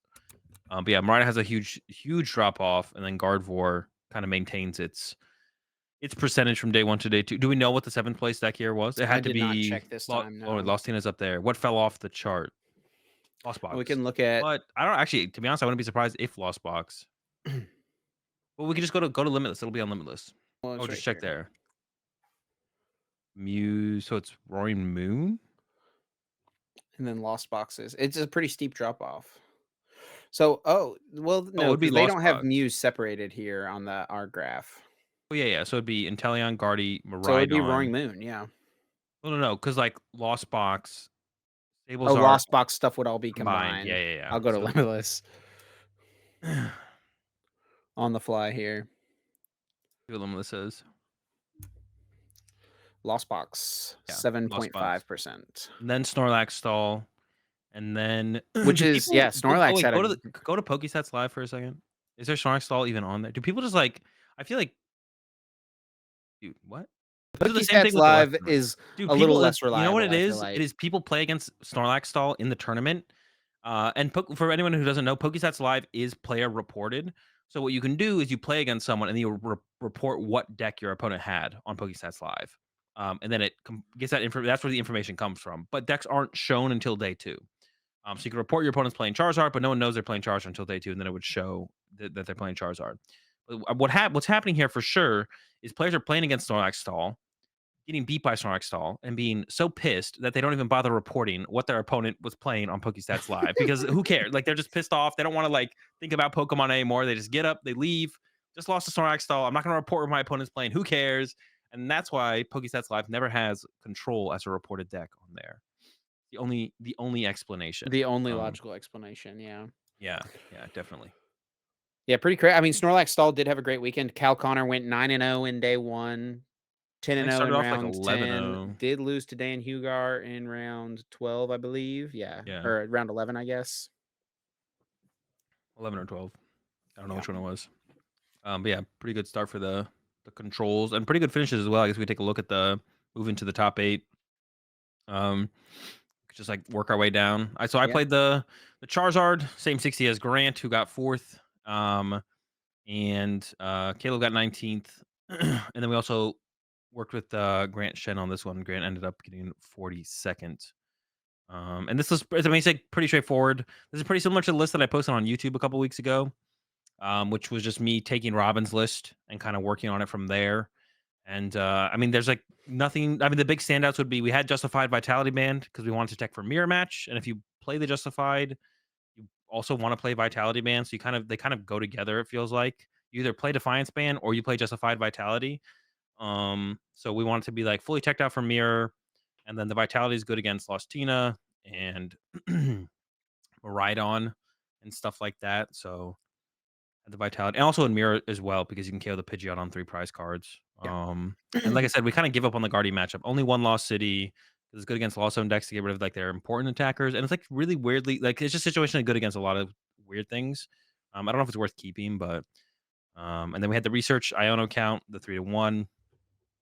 1 Super Rod, I guess 7 Fire is maybe a standout, and that definitely feels like it That is the bare feels. minimum for sure, Yeah, I right? don't think you can go to 6 fire. And if anything, I wouldn't add an 8th fire, I'd add 2nd super rod, I think, for sure. I'd go 2nd super That's rod before I interesting. went 8th fire, because it's pretty easy to find super rod, and yeah, and you're gonna more naturally draw into one of them, which just puts a fire back in your deck if you lost one early or lost 2 early. And then prizing it isn't an issue as well. So I think I'd go 2nd super rod before I went 8th fire, to be honest. We went with the level balls, although it probably should have been a 1-1 split on level ball plus nest ball, but level balls feel really, really good. They find almost all your basic Pokemon, except for the Rotom is, like, the only thing you'd ever wanna put on your bench. Maybe Luminion if you have, like, Force Seal Stone in hand and you, like, draw into the nest ball Prized Rotom. naturally.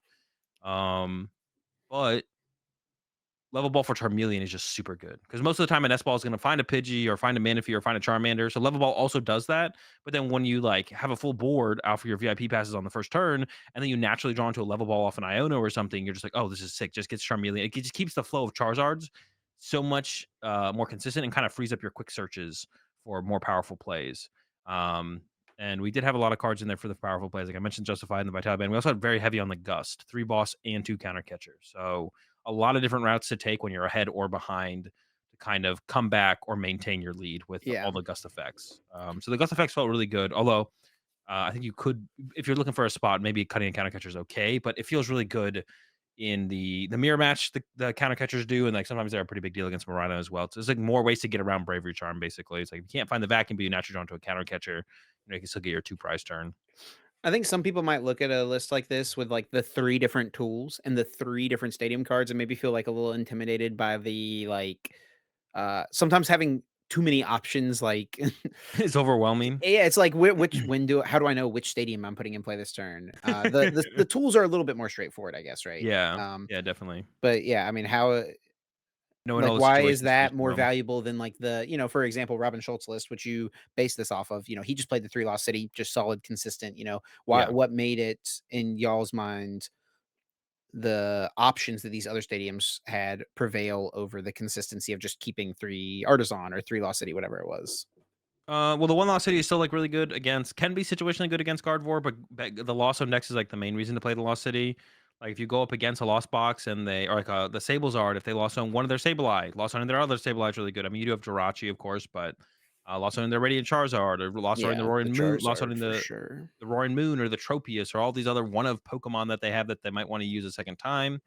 So Lost City can cover that to make it harder on them and force them down using only each attacker once. Collapses just to get rid of Rotom or Luminion throughout the game. And the Lost City is probably the weakest of the stadiums.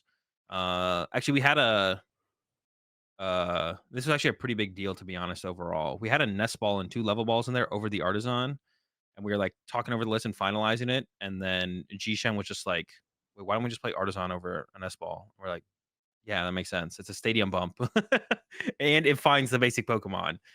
Maybe we should have cut a level ball instead, though. Like I said, because 1 level 1 nest might be theoretically a little bit better, just to like combo with Force Seal Stone in weird late game situations if you haven't burned it yet. But that's what ended up being pretty big for specifically the Tina matchup. Like having 5 ways to bump Pat to the peak is like definitely a huge difference than 4. So Yeah. I think if Tina's going to maintain being a fairly popular deck in the format, which I imagine it will, then I think you're going to want the five stadium bumps for sure moving forward. But you could like kind of mix them up a little bit if you wanted to. More artisans, or I don't know, maybe like I could actually see to the point where you get play a third vacuum if Maridon's popular enough. But I don't know. Like this split right here is pretty cool. And then, like I said, maybe the Lost City, if like Lost decks become irrelevant, Lost Box decks become irrelevant, second Artisan over the Lost City could be just more consistency could be the switch to make for sure. Was there Especially any because it's like really standout games for you on your run? You only lost 1 game in Swiss, you had 3 ties, 2 of those being IDs, so yeah. really you went Um 11-1 and 1. Any standout games to you that were exceptionally close or anything interesting happen? Not that I can remember. Not really, to be honest. It was pretty straightforward. I played against I would hit 3 Mews, 3 Maridons, I think. Yeah. On my way up. I think my first round was against Maridon as well. Beat a couple Lostinas, no Guardies, a couple mirror. Yeah, I mean, it's like I played against like the only big deck that I'm missing here is probably Guardy, right? And no Lost Zone deck. I guess I had no Lost Zone besides the Tinas. But yeah, nothing that stands out really too much to be honest. Most of my matchups were pretty straightforward. I think I got like a pretty favorable spread as far as like matchup spreads go.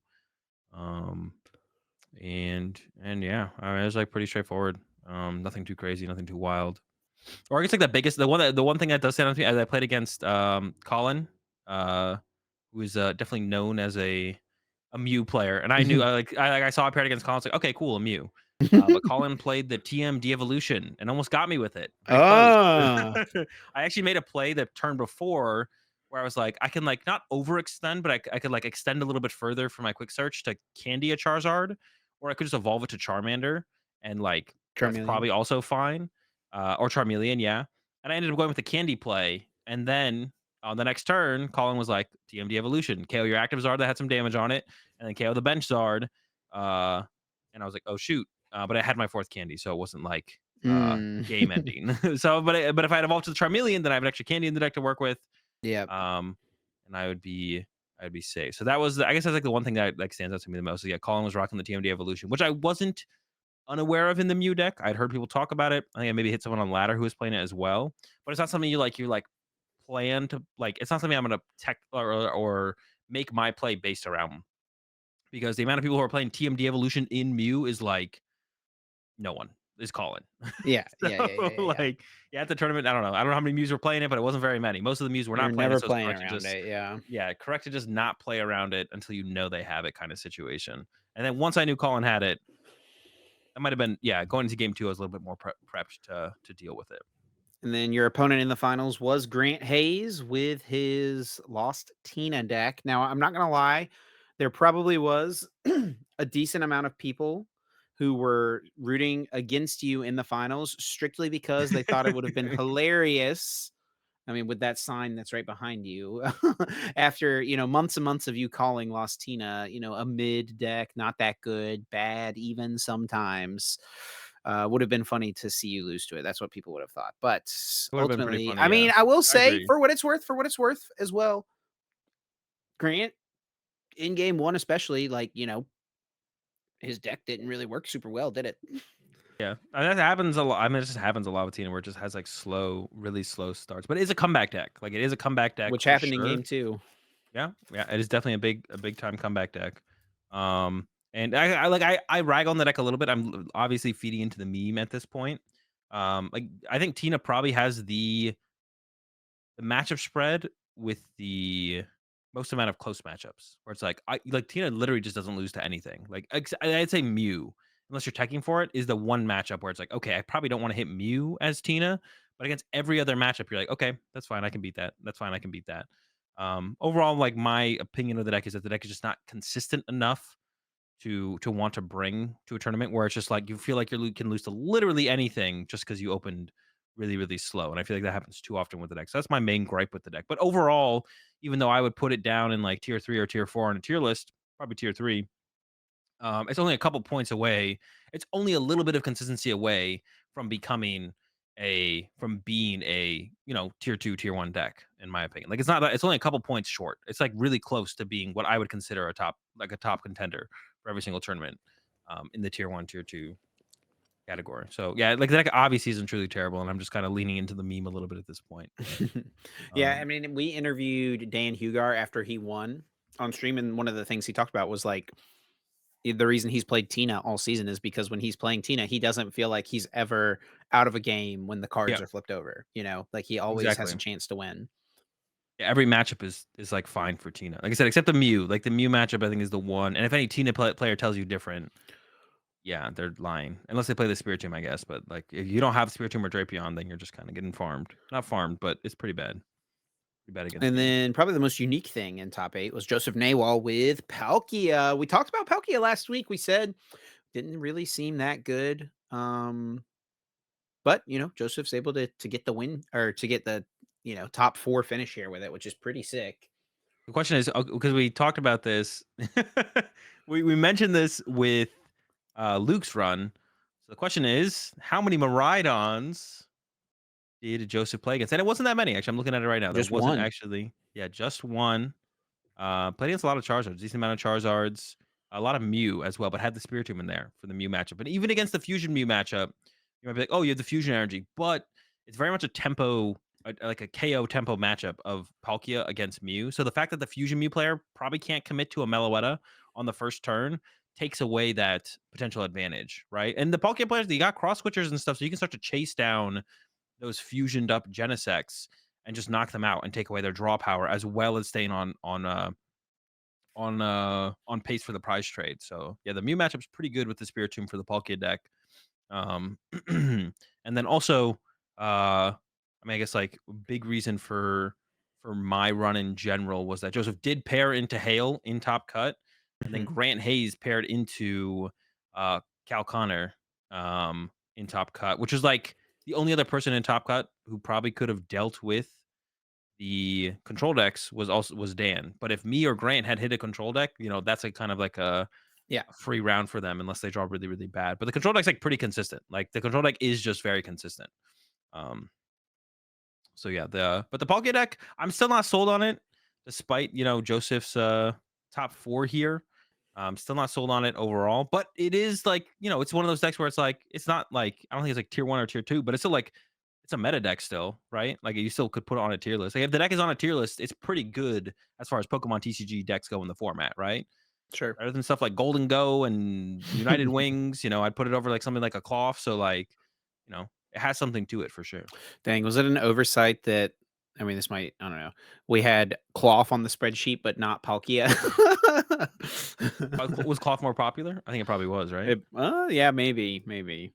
Day one I don't know. I numbers. didn't want Cloth on our spreadsheet either, but it Yeah, ended up yeah, on the yeah. We're spreadsheet. being thorough. No Palkia. Yeah, there's no Cloth here. There's the Palkia though. It was 1%, so Yeah. Yeah, I think having either of them on the spreadsheet probably wasn't worth it, but, yeah, probably not worth it to have either there. And then next up is Cal Connor. We mentioned he had the crazy 11 or 10-0 start. Um, Might have and been then made it 11-0. into Top Cut with the Snorlax. Also, Hail Obernolte with Mhm. the Pidgeot control Snorlax. So two kind of different lists here. I think we could Um, also mention with that as well, Liam Halliburton was 10th. yeah, Bubble. Had 35 points. There's 2 Yeah, people with 35 points who did make cut, and Liam was also playing the Pidgeot build. So Pidgeot control definitely showed up. I feel like the only person we've really seen rock this continuously is Alessandro, yeah. Cremasoli, and now we're seeing it pop up from a couple more players and get some like pretty strong finishes. Cremasoli, I think, was usually selling around like top 64 with the deck.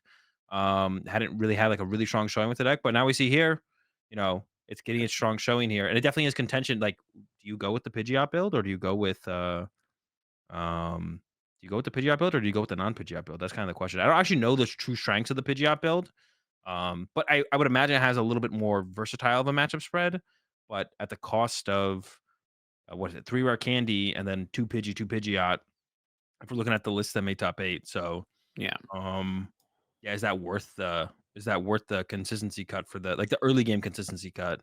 And once you get online, quick search is pretty sick, right? Of course, yeah. Yeah, Hale also unfortunately was, a product of one of the saddest, variance things that I think we've ever seen on live stream. I find, yeah, Rahul's tweet here, he tweeted about it. The most tragic Peonia. Hale plays 3 rare candy, uses Peonia, had 3 rare candy prize, and he takes the 3 prize cards that are not the rare candies. What the heck? Yikes. Yeah, Holy cow. that's kinda crazy to be honest, like, maybe one of the lowest maybe that might be the lowest odds play we've ever seen on stream. It Yeah, I probably think is. Isaiah was trying to do the numbers at dinner and came up with like point oh Zero oh zero 0.002 or zero. something like that, I There's think. one more, I think it was like 0002 or Yeah. something, yeah. Maybe this probably is the lowest odds play ever seen on stream for the Pokemon TCG. It'd be pretty hard to beat, to be honest. It's kind of insane that this was the, we see like Gantner replied in the tweet. This is the point where I'm wondering if I left my rare candies at the table last game. I've definitely had those games before where it's like game one, I go to check my prize cards and something that I like is pretty important or like multiple of it is prized. And I like, okay. And then going into game two, I don't like even confirm that it was prized. And then game two, I like prize the same thing again. And I'm just like, is it in my deck? Like you question that for a second. You're Did I like, leave something behind? yeah, am I playing the correct list here? Like, what is going on? Um, I've had that happen a couple times before, but yeah, it always is just prized. And in this situation, the rare candies were just prized.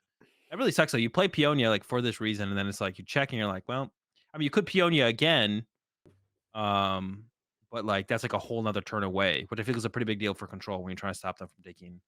I didn't even Yeah, know of this only course. has two block Snorlax. Oh, I didn't know that either. Is Wow. this Yeah. is this Liam's list or is this Hale? Is it This Hale's? is Hale. Yeah, that's not that many. That's kind of crazy.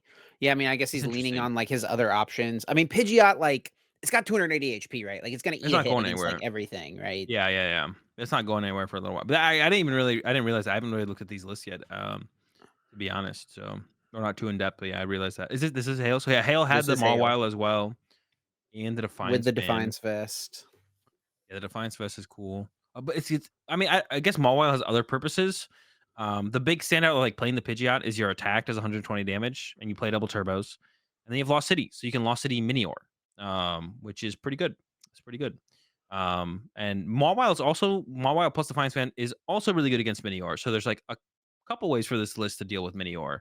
But I'm sure the Mawile has Mawile other Defiance Vest is uses. probably just good against a lot of stuff as Yeah, well, yeah. That's what I though. was gonna say. Yeah, I think Defiance Vest is just really good in the deck in general. I'm actually surprised there's not as much people playing the Defiance Vest as, or there's less people playing Defiance Vest than there. There should be more people playing Defiance Vest. That's what I'm trying to get to here. There should be more. You were I gonna checked get there Liam's for list as sure. well. Liam only has 3 blocks Snorlax. Does not play the Mawile or the Defiance Vest, but yeah, I mean, I think we'll probably see more people gravitate towards the Pidgeot build. I feel like that's what we're gonna see Yeah, I moving mean, forward. it'd be hard to argue with these results, right? I mean, even though Cal had the great run, did get ended by the Giratina, but Tina's still gonna be pretty good against. I think Tina. I don't think Pidgeot changes too much in the Tina matchup. Like I no. think you're still getting like Tina's still gonna be a hard matchup no matter what. Yeah. Got the Pidgeot, don't got the Pidgeot. Tina's coming But then through. now, are we in kind of a cycle? You know, you always talk about the Decidueye cycle from back in the day, right? Of Yeah. like people playing counters to Decidueye or not in their decks and online tournaments. Are we in kind of a similar cycle here with Snorlax? Are like people now for Portland gonna like have all these crazy techs like the Miniors and the stuff like that? Or does it Well, even this matter because like this beats the counters, I mean, this beats Minior. I don't know what other counters there could be. I'm sure there's other counters where there's other counters that make you care a little bit less, but this list beats Minior, right? So you're already kind of teching naturally beating Minior. And as far as like the cycle goes, I thought Pidgey control was like not a very good play for this tournament overall. But there was like no Lawson. Like I was expecting Lawson to show up a little bit more and kind of give the control decks a tough time. But honestly, I don't even know if that's like that bad of a matchup for control. I just like have not played with control at all. So, but the Lost Tina matchup is definitely one where it's like pretty yeah, tough. can't do Overall. much Also, there. the Mew matchup is kind of tough as well. The Mew was pretty popular at this one. I don't know if we're going to see Mew really boasting the same numbers at Portland. So yeah, to be honest, like thinking about it, Pidgeot build, you're beating the Minior, and people have to get a little bit more creative with their tech cards to be control going into Portland. That's for sure. I don't think it's going to be just play a Minior. You need a little bit more than that for sure. But yeah, control could be pretty well positioned actually for Portland with the Pidgeot build. And the other thing to talk about here from top 8 is definitely Nick Robinson's Turbo Maridon deck. The turbo build, the peony build. It was pretty absent from what was the most recent tournament besides this one? Stuttgart. Like it was kind of it was like the new way to play the deck and discovered going to Stuttgart. Pretty absent from the results at Stuttgart. Maridon didn't do that well over there in general, but all the top performing lists were the path path build, research path. But I think that maybe we can like kind of point that out as being like, well, the build was kind of getting discovered as Stuttgart was about to happen. Were people really going to drop their path builds? Yeah. You know, for the peony build when the peony build was getting discovered like a week before the tournament? Probably not. So then it makes more sense that it was more popular and the more successful build of Maridon here, or the most successful. I don't know if it was more successful overall or how we'd even kind of scale that. But now looking at the results, the 11th place list was also a peony build. So yeah, moving forward, maybe the peony build kind of takes over. Because playing path is like a little bit less valuable because you don't really need it as guardy against guardy as much anymore. Because just like hitting them with hands is enough to beat them now. And doing that more consistently with like the peony build, which I feel like it does, is probably better. And your Charizard matchup, having the path doesn't help your Charizard matchup that much either, especially if they're Yeah. playing like 5 stadium bumps now. So, um, yeah, I think I mean, that could be the way that we see Maridon kind of develop from here, is just to be this I mean, and more looking at aggressive. Nick's numbers here as well, he went 12-3-1 in the tournament through top Yep. 8, and his 3 losses were Charizard, Charizard, Charizard. We talked I was talking mentioning the Rapid Strike match. I was like, it doesn't feel as bad for Maridon. I mean, we see Yeah, that's he went 3 3 dubs. his rapid strike. Yeah. And I think a big part of that is the Muse, like I mentioned. And like Nick did play the double turbo energy, which allows you to be able to like set up the Mew in one turn with a Flaffy, or just more easily get to that play as the game develops. So yeah, the matchup honestly just doesn't seem that bad anymore between having Mew for sure and then hands early on hands and getting that extra prize card or two. It's gonna be a pretty big difference. So I mean that makes it tough. Honestly, I just kind of like theoretically if Rapid Strike's not beating Maridon, you better hope there's a lot of Charizard at the tournament because that's like one of your last few good matchups And then for an speaking of the add-on. rapid strike, that is what bubbled out. It's not really a bubble out, right? Because 35 wasn't. There was a It's like lot of 35s, 50-50. but Yeah, Landon Kettler here, ninth place with the rapid with the strike Rapid Strike. Urshifu. Which did line up to be a pretty good play for the tournament overall. It's got a good Charizard matchup with the Charizard's not taken for it. We did see some people playing like the Tool Jammers. I was personally testing the Serena beforehand, but I didn't play enough to be super confident in it. Where I felt like, okay, it is good against Rapid Strike. The Serena is Radiant Serena, um, but I don't know if it's worth including because the matchup is really tough for Charizard. People doing I don't like know double about Tool this Jammer little stuff, guy in but the deck though. yeah, I'm not sure about that either. I mean, it's for Valiant. Iron Valiant Entei. But I in that matchup, from what I played in that matchup, you just don't even want to bench Remoraid. You just don't even want to give it to them. You just want to go like 2-3-3 Well, is it with because you're max playing the hit. 60 HP Remoraid's? No, just because you don't want to give them the one prizer. I just don't Yeah, want to give them the one prizer because they can like cheese a KO on like an Inteleon V, and then go KO one prizer, KO three prizer. But you could just go 2-3-3 against them with some Inteleons and Urshifus, and that usually feels pretty comfortable. But it's not sure. like I've a matchup I've overly tested. Yeah, Rapid Strike ended up being like kind of a iffy deck. I guess we could like mention that like as far as our me and my group's spreadsheet goes, Rapid Strike actually won our spreadsheet, but I really wanted to play Charizard because I was like just theorizing how I thought the meta would shape up. I was like, I think Maridon's going to be super popular. I think Guardy's not going to be as popular because people know that. Maridon's really good against Guardy. Charizard's good against Maridon. Kind of sounds good for like Charizard. And I was like, well, we still know Rapid Strike's going to be pretty popular. So that's like kind of the iffy part of like potentially playing Charizard at the tournament was like Rapid Strike's a tough matchup. If we think Rapid Strike's that good, other people are going to think Rapid Strike's that good as well, right? So it's like it's going to be pretty popular. This is like the most popular it's ever been as well. Was this tournament, and that was our Yeah. prediction. That's what we knew for sure. This is going to be the time that Rapid Strike was the most popular it's ever been, and that was true. Um, but honestly, I mean the matchup's not terrible, and I think our record overall. I don't even know if any of us lost to a Rapid Strike. I'm pretty sure we won or tied.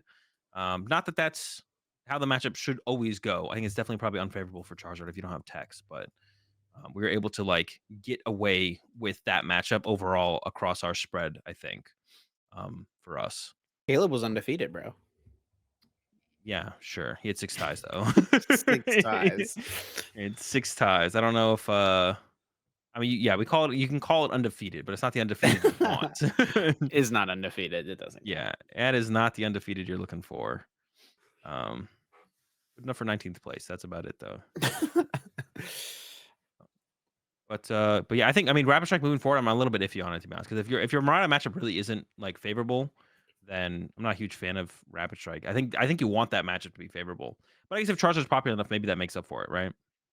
So, and then if we go down into the top 32, I mean, there was 5 Mew in top 32, 3 Fusion Strike builds, and then Yeah, 2 double Mew. turbo Mew builds. One of them, Christian Labella with the crushing hammers, Andrew Hedrick with kind of just the more straightforward build that we're used to seeing, I think, here, just like kind of max Well, there was consistency. no grabber, no luxury. I feel like we're usually Oh, DTs you're got right. them. This is like before This is yeah, Grabber came out, what we would have been used to seeing, right? yeah, literally just as straightforward as it can possibly This get, is like basically. Pablo's list from EUIC last year, right? Like it's like that Yep, back to that type of build. pretty much. Yeah, that's like yeah, it doesn't get more straightforward than that for sure. But yeah, Mew overall, like I think had a pretty good tournament. Just Yeah. I think the Charizards kind of kept it out of top cut overall. Yeah, it was definitely, like, interesting because, like, if the Charizard just got dealt with earlier by Rapid Strike and Control, and then the Muse kind of beat Rapid Strike and Control, it could, like, kind of flip-flop, right? So it was like it's like one of those things where it's like, yeah, if, like, a couple different decks are just different in Top Cut, it could be, like, very easy for a deck to get all the way through to the finals. The only thing that can, like, consistently deal with all of it, though, is Lost Tina, right? So, like, we're probably always seeing Dan and Grant Hayes in Top Cut, and it's just like, okay, what do they have to deal with? To be honest, like looking Sure. at the Top Cut and like how things could have broken down differently between what do the Charizards get paired up against? What do the Mew players get paired up against? What do the Rapid Strike players get paired against? What do the Control players get paired against? To be honest, the deck that can always come out on top is Tina and like still be there. The question is, are you actually going to set up? Or are you just going to draw pass? That's like the big question there, of course, for the Lost Tina. But like I said earlier, it has like the best or the closest matchup spread, not the best, because it doesn't really like 80-20 anything. You're kind of like 50-15 or slightly favored, slightly unfavored, everything. So that is the advantage of playing the deck, I guess. You get to play like you don't get to be in every game, but you don't feel terrible no matter what your opponent flips over, besides Mew. Any other big standouts here in day two you want to talk about a little bit? I don't think so. I think it was I mean, it's like mostly like all There was meta decks. There was a Lugia from Lugia. Alex Geisler. Yeah, Geisler with the with the Lugia. Cool build as well. Has the Shaman in there as a response to Charizard. Double hands. Um, so yeah, has the Lugia in there. Lugia's pretty cool. But I don't think it's like anything. It's not like something It's where all not of a like sudden this like makes Lugia a a viable play, right? yeah, I even like talked to Alec throughout the tournament, and he was just like, "Bro, I don't have time to test. I played Lugia." Like, so I don't even think he's not even super confident in the deck. He's just like, I didn't have a ton of time, so I rolled up with the Lug. I'm sure if he had more time, it sounds like definitely if he had more time, he would have probably played a different deck. But he was like, for the time I got, going Lug. Um, we scroll down a little bit further actually. Matthew Stratford with an interesting Arceus deck. I think I saw. He was on stream. Oh, okay, that's where I saw something about it. I was either on Twitter or something, but Arceus V-Star, Regigigas V-Star. His brother Um, as well. So they're 2 in top 64. oh, really? Yep. Oh, I didn't know they were brothers. I thought they just both had the same last name. I'm just kind of assuming, That's a pretty they're good guess. Same claiming 60. same 60 and same Yeah, last name. a good guess. It's a good guess. I thought I saw like a meme on Twitter where it was just like both of them in the same picture, but I thought it was because they both had the last name Stratford. Apparently, they are also brothers. Because I played against Nathan a couple times now, I think. But yeah, cool build. With the Regigigas. The only thing when I look at this, it's like you.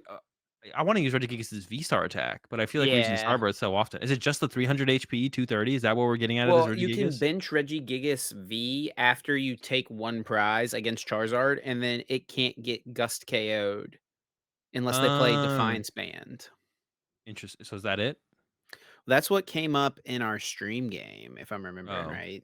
you do have Zacian V in here as well, though, so that's gonna reduce the chance that you need to use Starbirth because it'll accelerate that extra energy out Yes. turn one. Yes.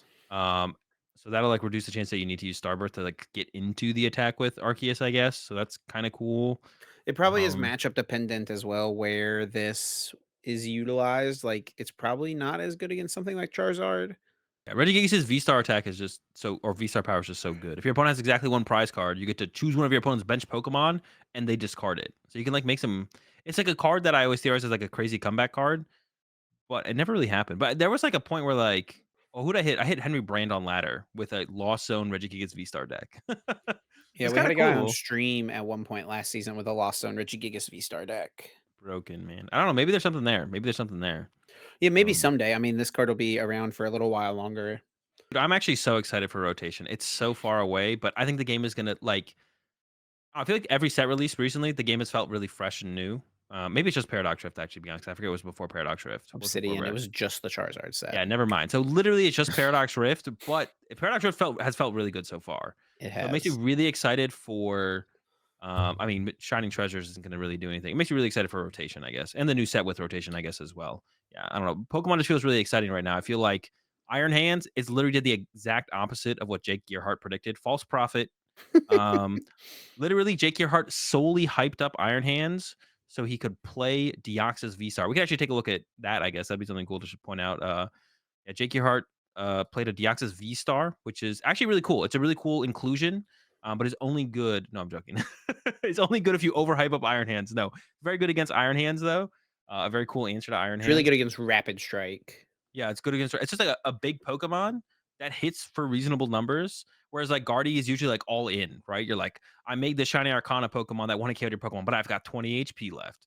But yeah, that gives you like a mid-range attacker. It feels like, right? Not like a super situational attacker like the Cresselia or the Screamtail. Not an all-in attacker like the Zacian or the Gardevoir. Something like in between there. So like Guardy already has a wide array of attackers, but now you've got like another one to add to the list, and it's like a really good answer to Iron Hands because for one energy for its V Star power or V Star attack, it 1 KOs Iron Hands. It does 280 damage for the energy on yourself plus the 4 energy that they need to use Ampu very much. So, yeah, Jake was just waiting for the moment that Murata got popular enough to include the And it can Deoxys one-hit V-Star. KO an Inteleon VMAX. Yeah, can 1 KO an Inteleon VMAX. That's We'll what, have it in Gen Alex Wilson was telling me happened to him. He played against Jake, and he said his Inteleon did not make it. Did not survive. Um, yeah, another cool tech card in a known archetype. So things are still evolving out there in the meta for sure, which is cool to see. Yeah. So real quick, I mean, we'll talk about how we think the meta shifts moving forward, but real quick, let's recap our predictions because, as always, we do make some predictions going into the tournament.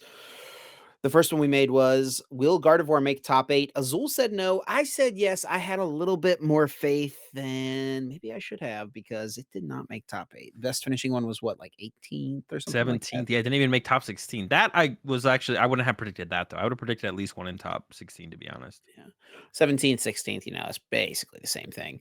17th, 25th, Only separated by 28th. $1,000. Yeah, 3 in the top 32 and then 4 in the top 64. Yeah, sheesh. Hardy was not doing numbers at this one, despite like Charizard being so popular, right? And also Mew being very popular as well. I definitely would favor Gardevoir in both of those matchups. But the Rapid Strike can be tough to deal with for sure. Our next prediction was, what will the sixth most Yeah, this popular is deck be on day one? I said Mew. Azul said Urshifu, and it was Lost ooh. Tina. Now, Urshifu was close Azul, though. you could make an argument was closer because Rapid Strike was seventh, so it was close, and Mew Yeah. was third. But But Chip's gonna make the argument Mew was actually on the graphic, so therefore no, you can make the argument that Mew was closer percentage wise to six Oh, than Urshifu was it? was. Yeah, What was 'cause Urshifu was 6? 6.5. Yeah. Oh, yeah, so point 0.7. Dude, it's crazy that there's 4 this chart is feels like an anomaly to me. Oh, 18, I 17, agree. 8, 8, 8, 8, like, that just feels so weird. Yeah. Because I feel like Charizard is established as a should be top like, this feels right for Charizard. It doesn't feel like Miraidon should. It can't both be 18 and 70% when it's so favored for Charizard in the matchup. That just feels like, why is Miraidon I mean, 17% if Miraidon Charizard is is just like 18%? the fun, The like hands, it's bro, just the a good deck hands. as It well. Like is. it's very consistent, right? Another thing I'll actually say about this event that was kind of funny, actually, that just came to mind here is, and people learned, dude, I lost a lot of coin flips in this tournament. I rarely won the coin flip, which is fine. I'm not complaining. Um, Because your opponents were choosing to go first. Well, no, no, no. I lost the coin. Like they won the coin flip, and then they also chose to go second. So the advantage that I had in Oh. Toronto did not exist in this tournament at all. I think every opponent I played against chose second, except for one person second guessed themselves. They chose second, and I beat them in game one. And they're like, "Okay, I'm gonna try and go first this time." And I was like, "Well, okay, I'm fine with that. Like, go ahead. That's what I wanted. That's what I wanted." So one person second guessed their choice, but everyone else, I'm pretty sure, chose second against me, which is the correct call. So yeah, a lot of people learned it feels like overall, I think more matchups you go second than first, to be honest. Like, it's a go second meta, it feels like. Yeah. And then our last prediction, yeah, I don't know what I was thinking with this one, but it was what will the highest placing cloth be? Good old cloth. I was feeling something. I don't know what. Azul said the highest placing cloth would be Top top 64. 64. I said top 8. I was feeling it for the people, but unfortunately, neither Jason Mass nor Bernie Wright was feeling it for the people because they were the only two cloth players in day 2, and they finished 182nd and 186th respectively. Yeah, I thought after, like, it's kind of been more established as, like, a cool meme rogue deck, which is definitely a deck that a lot of people gravitate towards as, like, the deck they wanna play at a tournament. Just have some fun with, like, a not terrible deck, like, the Cloth can definitely take wins off top decks, right?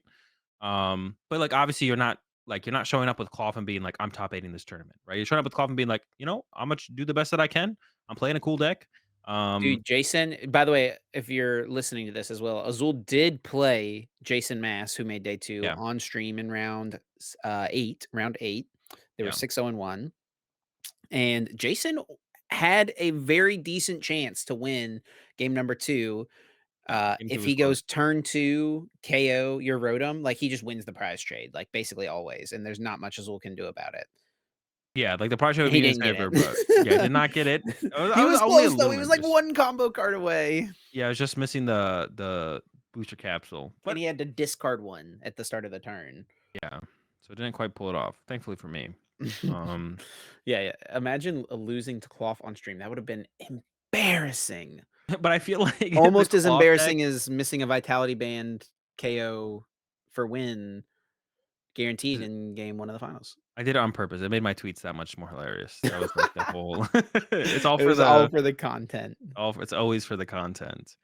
But yeah, I feel like Cloth is one of those decks where it fits that category of like one getting top 64 is reasonable. But yeah, they did not have a good show. They had a pretty good showing at Stuttgart, right? There was like 2 in top 64, 4 total in day 2. Yeah, Cloth's had a pretty off tournament, I feel like, for the San Antonio. Not that we expected to like win or have a chance to win the tournament, but yeah, I thought top 64 was a reasonable bet. But maybe I gotta be predicting that top 128 for the Cloth from here on out. I don't know. Well, if people in these last couple weeks of the year heading into Portland are playing in their cups, their locals, whatever, or as people, I guess, are starting to prepare for Portland, how do we expect the meta overall to shift based on these results? For Um, one, I just want to say I think every single Charizard deck will and probably should play Justified gloves in it. yeah. Otherwise, Mirror you're matches. instantly going to be at a disadvantage in the mirror. Yeah, definitely rock the justified. I think if we look at the if you pull up the day one chart one more time and we just look at that and like talk about from there, like Charizard is going to be the most popular deck in general. Of course, locally stuff is weird. Gonna have to figure that out on your own. Because of that, Miraidon shouldn't be as popular or has to like tech more heavily for the Charizard matchup. Maybe Sure. go back to the path build. Are we looking at 4 path now? I don't know. More bravery charms. Figure something out. You need a tech card for the matchup, or you should play the build in a way that it beats it, or just play the Peony build and then just hope you don't play against Charizard, or you just kind of run over them. It is possible to run over them. Um, choose second in the matchup as well. So yeah, Charizard's gonna definitely be the most looked at deck right now to be potentially played and also just be kind of countered as well. But I think, yeah, Miraidon probably shouldn't be as popular moving forward, which makes room for Gardevoir, right? Hands down, Gardevoir up, Charizard up, good for Gardevoir. And I think Lost Tina. I think we're gonna see a lot more Lost Tina. And maybe it is deserved. Maybe I'm a little bit too harsh on it. I'm in that mood. I'm in that mode where I'm like, I gotta revisit Lost Tina. I gotta try it out one more time, and see if it is a deck that I want to consider moving forward. So I think I'm gonna pick up the Lost Tina between now and Portland and give it one more shot for sure. Until Well, rotation hits, and I'll give it another shot then. But well, I think that is gonna do it for our episode this week. Thanks a bunch, everyone, as always, for listening and supporting us. If you want to show that support, the best way to do it is to just drop us a like, leave a comment, subscribe, follow the channels, all those things. And yeah, let us know what you thought of this week's episode in San Antonio. And tell Azul congratulations in the comments. If you made it to the end, drop a comment on the YouTube video and say congratulations, Azul. And that's how we know you made it all the way to the hour and 53-minute mark. almost at the 2 hours for this one. That's actually crazy. Yeah, appreciate the support as always. Catch you all next week, Wednesday at 7 a.m. Eastern. right? Yep, same thing it has been for 88 Yeah, episodes. 7 on Wednesday. Yeah, 7 a.m. Eastern Yay. on Wednesday. Good luck on anyone going to locals, and we'll see some of y'all in the bonus episode on Patreon.